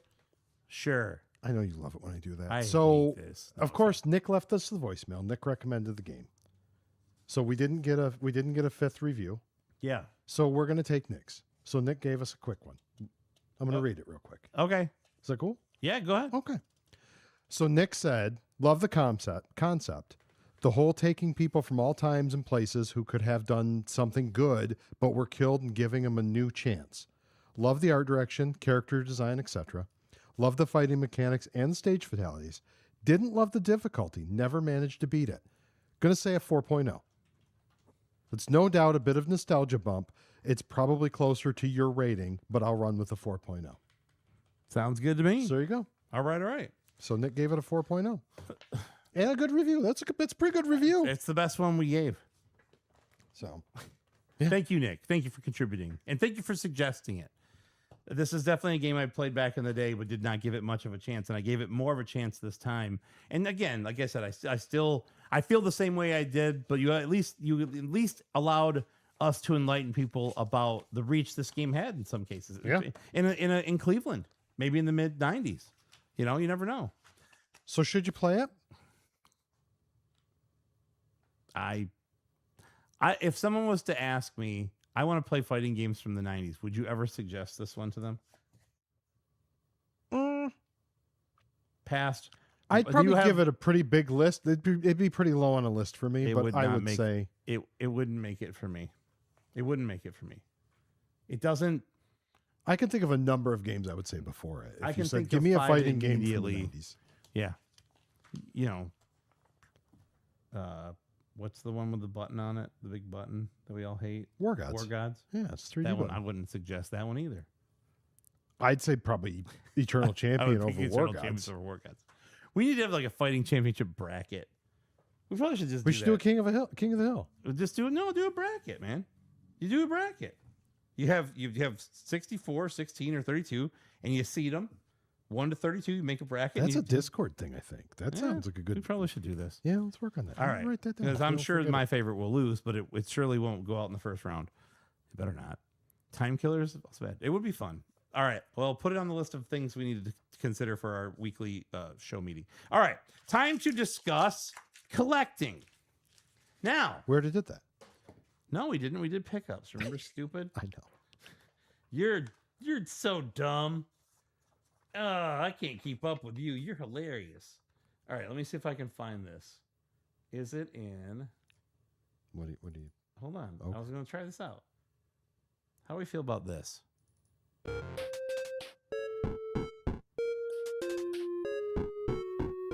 It's mysterious music about collecting. Should we use this for collecting? Or should we use it for something else? This music you're hearing is by our friend and friend of the show, Chase Bethia. It's an original work called Tipping that he supplied to us to use on the show. So I thought maybe I'll just bounce in here and throw it in. I don't know if it would fit for collecting, but we're going to find a use for it at some point. Also, just want to plug our friend Chase Bethia, award-winning video game musician and author. This could even be our coming soon music, or starting soon. It might be if we ever get sued enough. Yeah. But nobody will sue us because we're not big enough. As soon as we get big enough, someone's going to sue us for that. Well, that's where we, Yeah, then we'll have to start paying royalties on 8-bit music that isn't even somebody's music. There you go. Anyway. Oh, Connor. Dad, I forgot to tell you that Alec, the video maker, watched some of the episodes of The Simpsons, and he says, Connor with the cliffhanger, always with the cliffhanger, Connor. So Romulus also said in the chat. Oh, very good. Gamer Followed Composer because of- sent me. Yeah, thank you. That's yeah, awesome. Yeah, Chase is awesome. Love him. Met him when I was in Vegas last time. He's been fantastic.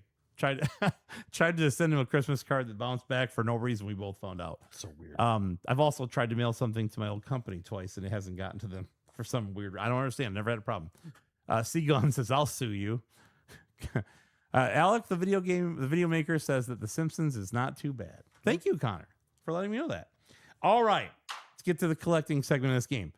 Always you think it will be so simple, but when a game sells 1.6 million copies on a console, it's never that easy. It's never that easy. No. Now, the version that sits in front of you, okay, there are a few different versions of this game. Really, there's two primary versions of this game, and then there are some box or sticker variants, as we'll call them, okay? So there is the standard clamshell, which comes with a color manual, missing in this case. We make sure you get the color one. He had a color. All right, good. 'Cause Johnny's you need getting it. me one. Yes, our friend Johnny Iucci from the Collector's Quest is going to Worst supply case, you a manual. Kalen had one too. So he Yes, said, but I got we one don't too. know if there was a color. Yeah. This game was never a pack-in, which I thought was interesting. Oh. They never used this game as an actual pack-in. It's funny he says that because that's the next thing I was going to say. But they did do a promotion where if you purchased this game, it was packaged together with an ASCII SG6 ASCII pad. Oh. So a 6-button controller to play Eternal Champions with. And it was shrink wrapped together. They're very similar sized boxes, and they shrink wrapped them together. And on the front of that box, underneath the sticker, I believe, if I saw this correctly, is a big gold foil sticker that says special value free control pad included on the box. Okay, That's this cool. is on the clamshell version. So there was also, Sega used the term value pack with a PAK spelling on a lot of stuff. They had value pack consoles. They had value pack games, like at the bottom. They used it a lot. And in this case, there was an orange sticker that said value pack. So I'm guessing this was a game that I feel like got printed a lot, especially at the end. They didn't sell a lot of copies at the end, and they probably cleared them out in some way and made them low cost and whatever. This was a value pack. Because to be completely candid, when this game was made, it was 24 megabits, which is 3 megabytes, which doesn't sound like a lot, and in today's world, it's not. But back then, if you were buying RAM, now these were ROM chips, a little different, but wholesale, it was $25 a meg to buy RAM.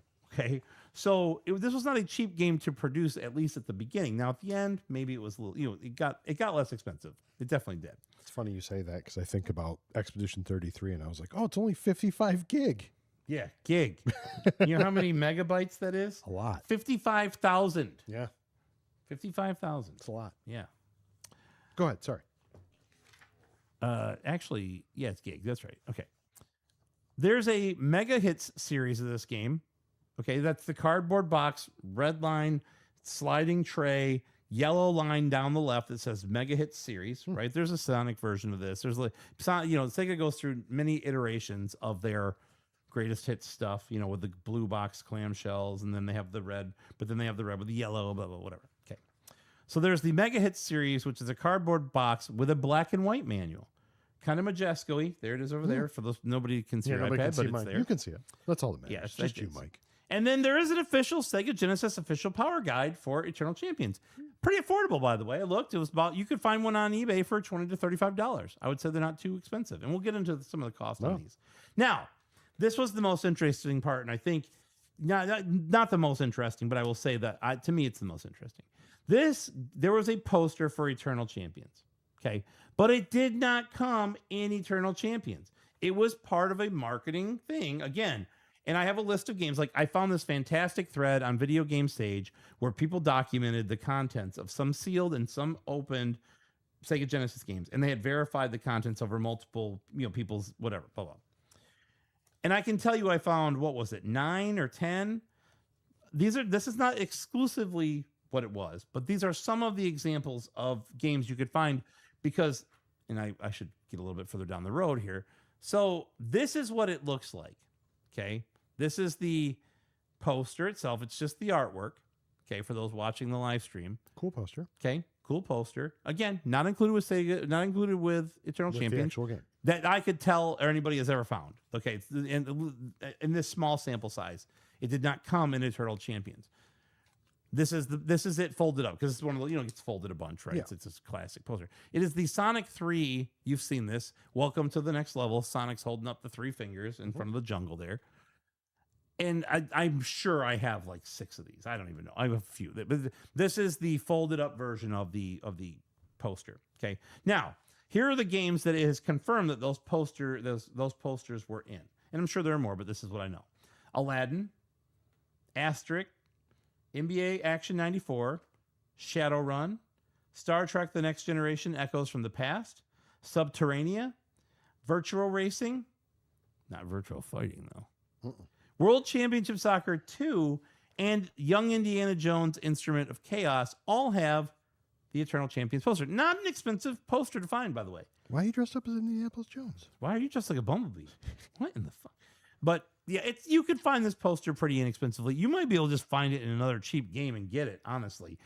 But you would, if you wanted to just go on eBay and buy it, it's like less than $10. We should have checked that Young Indianapolis Jones. Yeah, I don't even know if it was the Instrument of Chaos though. That's the problem. I think it was. Well, we'll have to go back and I find missed out. They had a sealed one, or no, that was something else. Okay, now quick pricing. Not an expensive game. The clamshell version of this game, the original hard plastic box, loose, it doesn't matter. It's the same game. $8 loose. Okay. Yeah. Complete in box, this is $14. Yep. And that's going to vary based on what's in it and the condition, and does it have the inserts of the reg card or whatever it is. Blah, blah, blah. Okay. But $14 is super cheap for it's definitely good enough to buy at that price. Just have it on the shelf. It's a little piece of history. And it was a huge marketing vehicle for Sega at the time. Sealed, you can still find this game for $100 to $150 sealed. It is not expensive to find. It's out there. You'll want to look at eBay or whatever. But if you wanted a sealed copy of this game, you could find one. The Mega Hits, the only difference is the Mega Hits is much more expensive. Yeah. The loose cart is the same cart. I don't think it has any. I didn't see where it had a sticker on it that said Mega Hits series on it. No yellow line. It was the same cartridge, right? Yep. Okay. Same cartridge. And at least in this picture. But it's $50 complete because it's a cardboard box. I'm sure not as many were made and survived. Okay. Say probably a condition specific thing too, right? I'm like if sure you find a cardboard box that's trash, it's probably not going to be $50. It was, but this was for a decent average one. Yeah. I'd say. I didn't see any sealed copies of that. Now, Sega CD, real quick, I do want to talk about it. It is $20 loose for the Sega CD game, $36 complete. If you can find a nice copy for $36, I'd grab it. Yeah, why not? Because it's a Sega CD game. Now, we will say this. Do not buy loose Sega Genesis or Sega CD games. No. Okay? I cannot defend that action unless you're me. What is going on here? We might need unless you're me or another person who has Frankenstein a copy of, let's say, Outrun together, right? Where you got all the pieces, but you needed the loose cart. That was the only part you needed. Or right now, I need a copy of Doom Troopers. I have the box and card. I have the cardboard box and manual and tray, which I got from our friend Johnny at one point. I don't have the game. I got to find the game. But anyway, so yes, and you can find those sealed for like $150 to $200. Yes, thank you. The poster is still on the screen. Let me take that off there. Thank you very much. I have a tendency to do that because I cannot always see the screen because my mic stand goes right in front of where that is. All I can see is the chat, and then the middle of the screen, I can see Jay and me, but the middle part is blocked. By the microphone. It's funny. Okay, so I have summarized the graded section 2 because it can get a little hairy, and I don't like getting into these weird weeds where it's hard to follow what's going on. And it's very hard, especially when you have multiple versions of a game. Then you have to go calculate it, and I got to go to VGA and go to 3 different places, and CGC doesn't publish them, so I got to guess, and blah, blah, blah. So anyway, PSA has graded 26 of these. 24 of them are the standard edition. One of them was the combo pack, and one of them, I believe, was Mega Hits. The best version, there's 2 9.8 A pluses that were both the original clamshell version with no sticker variant or anything like that. Those are the nicest ones, and there's 26 total. I would bet you there's well more than 26 out there. I bet you there's quite a few of these that are sealed. The most this game has ever sold for was August 7th, 2022. The Sega CD version, I only put this in here because normally I wouldn't. I put 2 highest, but I put this in here as an example because a Sega CD WATA 10, A++. You do not see a lot of 10s, and you do not see a lot of 10s from Sega CD games or games from the 90s. Okay, yeah. It sold for $2,760. Now, the highest that the standard Genesis game ever sold for was $1,680. In April of 2022, it was a 9.8 A+, one of the 2 nicest ones available. The lowest this game has ever sold for was a 9.4 B. Again, we're talking about the standard Genesis version here for the rest of the way. A 9.4 B in June of 2022 for $154. Seems like something I should probably. I'd pay $154 for that. Or if I was paying attention in February, I might have even been in this auction. I might have just looked right past it because I get on these things on a Tuesday. Yeah. A 9.6 CGC-A, so there's at least one CGC graded version of it out there. We know that. And this is what I mean. I can't do this kind of research that in depth for every game. $164 for a 9.6A in February of this year. So that should give you an idea of what this thing goes for. Yes, Connor, that was a picture of Sonic in the video. That was an insert for an old video game that folded out to a poster, but Sonic was on the front of it. So you did see Sonic on my live stream just now. This information all comes from eBay and Golden, Heritage Auctions, WATA, et cetera, et cetera. The real question is, should you buy it? Yeah. I think from a value perspective, $14 for a complete in-box version of Eternal Champions that's in good shape seems like I spent more money on Burger King yesterday. Yeah, I know it's missing the manual and the reg card. I think I paid like $7 for that. That wouldn't surprise me. But I literally went to Burger King yesterday, bought 2 things and a drink, and it was $13. And I thought, I could have got a copy of fucking Eternal Champions complete. Yeah. What was I doing? I'm a fool. So yes, I would say buy it. If you collect Sega Genesis or 16-bit games or anything from the era, you should buy this one. And make sure you get a good one because there's lots of them out there, and anybody who sells you one will be very happy that you bought it, I think. All right, Jay. Yes. You ready for the fastest speedrunning segment of all time? I am. This might be the record setter. I don't know. Go for it. So from speedrunning, number of players we had running was 6. Number of runs we had was 22. The run type, just one. You can do run types per stage, but I didn't even get into that. We're just doing the overall. This is full game, any %, and that's done with Trident. This one was done with Trident. Yes. Who is the best player in the game, I should also say. The most powerful character in the game is pretty unanimously Trident. As long as it's not fighting a shark. Yeah, because, luckily he did, because he probably wouldn't be as powerful if he didn't have a Trident in hand. That's true. Anyway. So, either way, full game, any %, done with Trident, was done by E-Signal. So the letter E dot signal, S-I-G-N. Are you sure it's not E.1999 Eternal? Because I thought that was weird after I did the notes. It's E.1999 Eternal is the name of the Bone Thugs record, and this is E.Signal. Oh. Who knows? Maybe it's one of the Bone Thugs guys. Well, if it was, they did it in 10 minutes, 46 seconds, and that was done in 2020. So it was done 6 years ago. A lot of these runs are very old. The activity I saw was like from 10 months ago, and it was a guy that took 5th. And this one, it was run 6 years ago. The guy broke the record, and the record he broke, I believe, was 4 years old at that point. Mm-hmm. So I probably shouldn't have crumbled this up because this has information I still need on it. You know, most of the rest of this is me. Oh, yeah, you're right. So I think that's a show. Well, I was going to tell you whether I think you should speedrun it. Jay, should you speedrun this game? That's the same answer I always give no. But you could probably break the top 5 pretty quick if you wanted to. If you're looking to get your name on the leaderboard on speedrun.com, this is an opportunity. Maybe. This is okay. So I think that's a show. It is. What's our next game? Our next game in 2 weeks. Yep. Episode 111. Pac-Man 2: The New Adventures for Super Nintendo and Sega Genesis. And I don't even know what other platforms because I haven't looked that deeply into it. So we can take our pick though when we're doing our Oh, play I'm review. sure we'll discuss both. But if we're playing, like if I want to do wanna Super rank for Pit Nintendo, Fighters. I can do Super Nintendo. Like say Robbie has it for Genesis, he can Play the any Genesis. version of this game Fair. for as long as you can tolerate it. Okay. And that is 2 weeks from today, 8 p.m. Eastern Daylight Time, EDT, Wednesday, August 19th at 2026. And that is that. And then we'll also let people know what else is coming up because we're going to make some decisions on Wednesday about what we're going to do. Yes. So, other than that, of course, people want to know how to get a hold of us. How can the people listening to us now get a hold of us? Well, they can go to our Find link, us. They can go to our link tree, How which can is the people listening to us now find us? That's what I always say. they can go to our remember. I'm old. They can go to our link tree. Yeah. Which is linkter.ee/lost joystick. And speaking of linkters, Yes. I have been invited to raids off and on by our friend. Valdor. Yeah. Where And so now? I was trying to think of his wife. His wife is my friend too, but I think it's Valdor's wife is their name on there. And I was like, what's his wife's name? But I think it's just Valdor's wife. But they both play Pokemon Go and they've been inviting me to raids, which was nice. And especially during Pokemon Go Fest or whatever it was when I was in Vegas.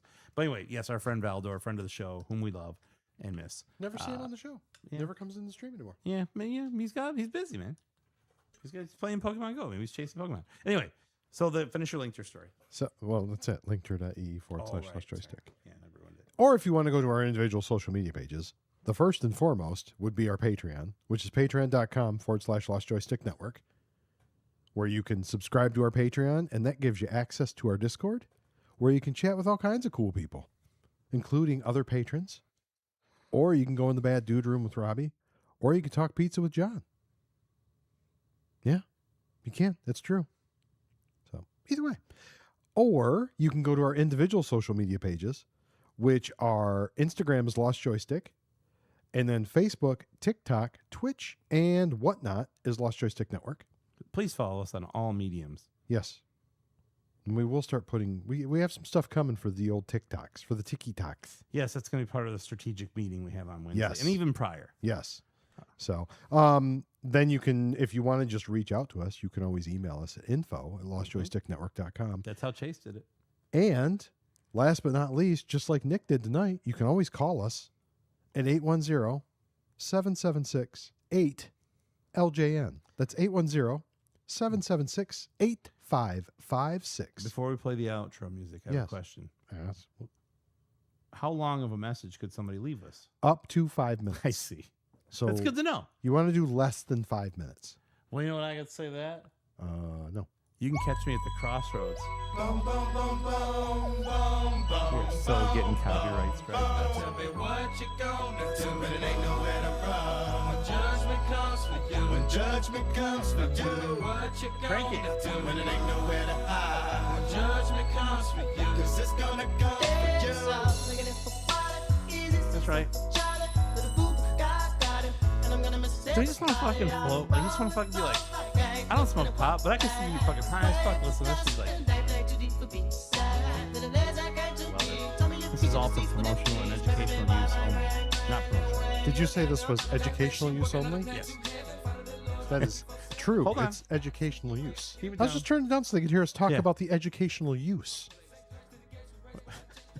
That's what you have to do. You also have to do a pastiche where you honor it or parody it. You know, that's what you got to do. 1999 Eternal Champion. Hold up.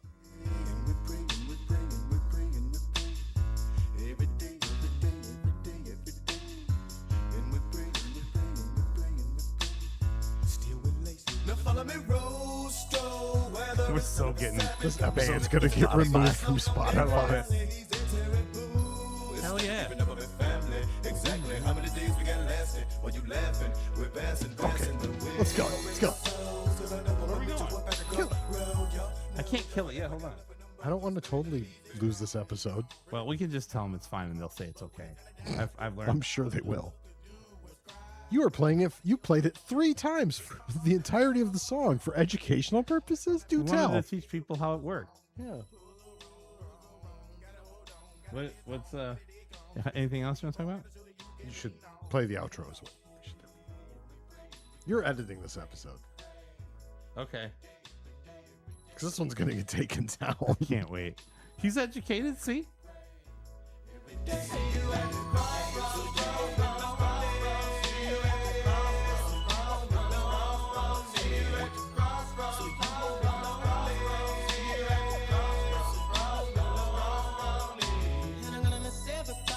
You couldn't cut it off before this part.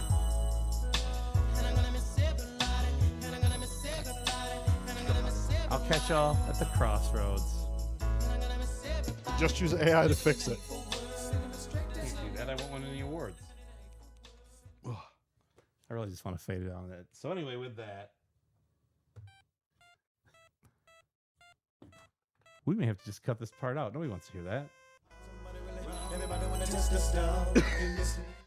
No, put it back. Why would you do that?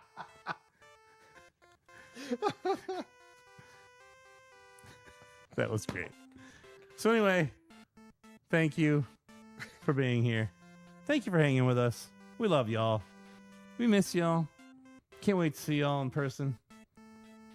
So go out there, have fun, be safe, and be excellent to each other.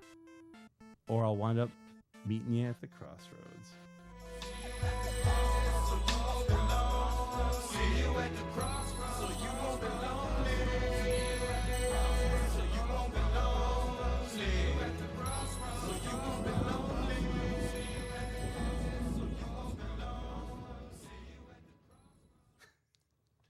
That was so perfect. I didn't even know if the music was still playing. I was like, oh, we aced that one. I cannot wait to get sued.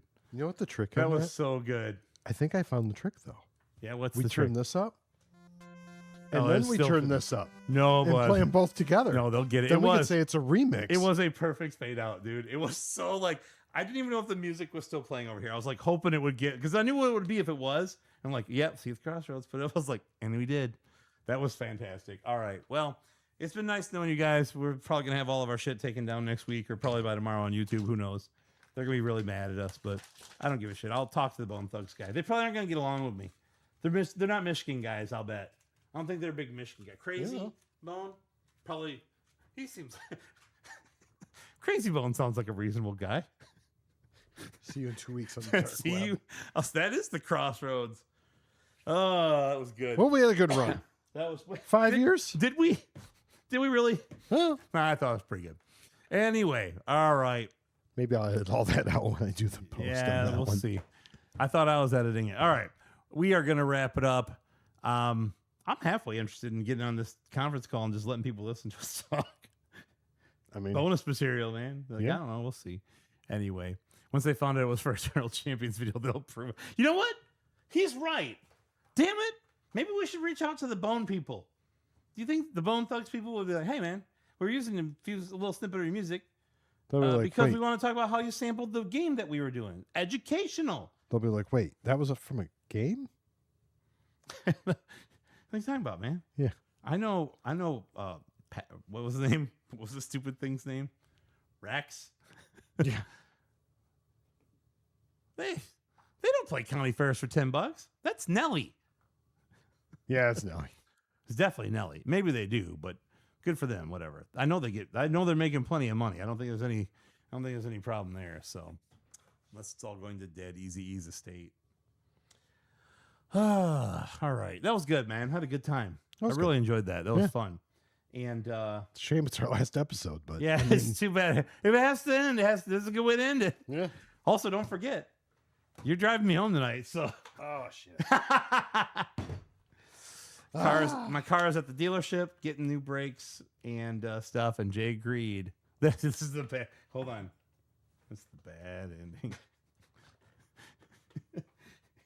Oh, it's not even playing. It's too far down, I think. Yeah, there you go. There's your bad ending. Can't leave these down. Anyway. Oops, I'm playing too. All right, we got to wrap it up. I'm losing my mind over here. Next show, 2 weeks from today. We're going to get these 2 up and edited. And then, yeah, we are legitimately talking to. So we're talking to the person who was editing the show. Yes. We're now going to have do videos. Yes. Right. So what that creates, we're going to have them do some TikTok videos and reels and short stuff and a couple of little long form things too. I think like taking I want to consolidate and boil down the not the collecting, but the LJN reviews. Yeah. I have an idea of how maybe we could do that. I want to see if it's feasible and not too cost prohibitive. But now I'm back to work. Who gives a shit? I'm rich now. Rich bitch. Anyway, but yeah, we're going to do that. And then we're trying to stay on the rails with planning and a lot of good stuff. So it's been good. I think we're going in a good direction, and I'm excited about it. And, Yeah, I think it'll be good. Yeah. So very good. Have a great evening, everybody. Look forward. Thank you, Romulius,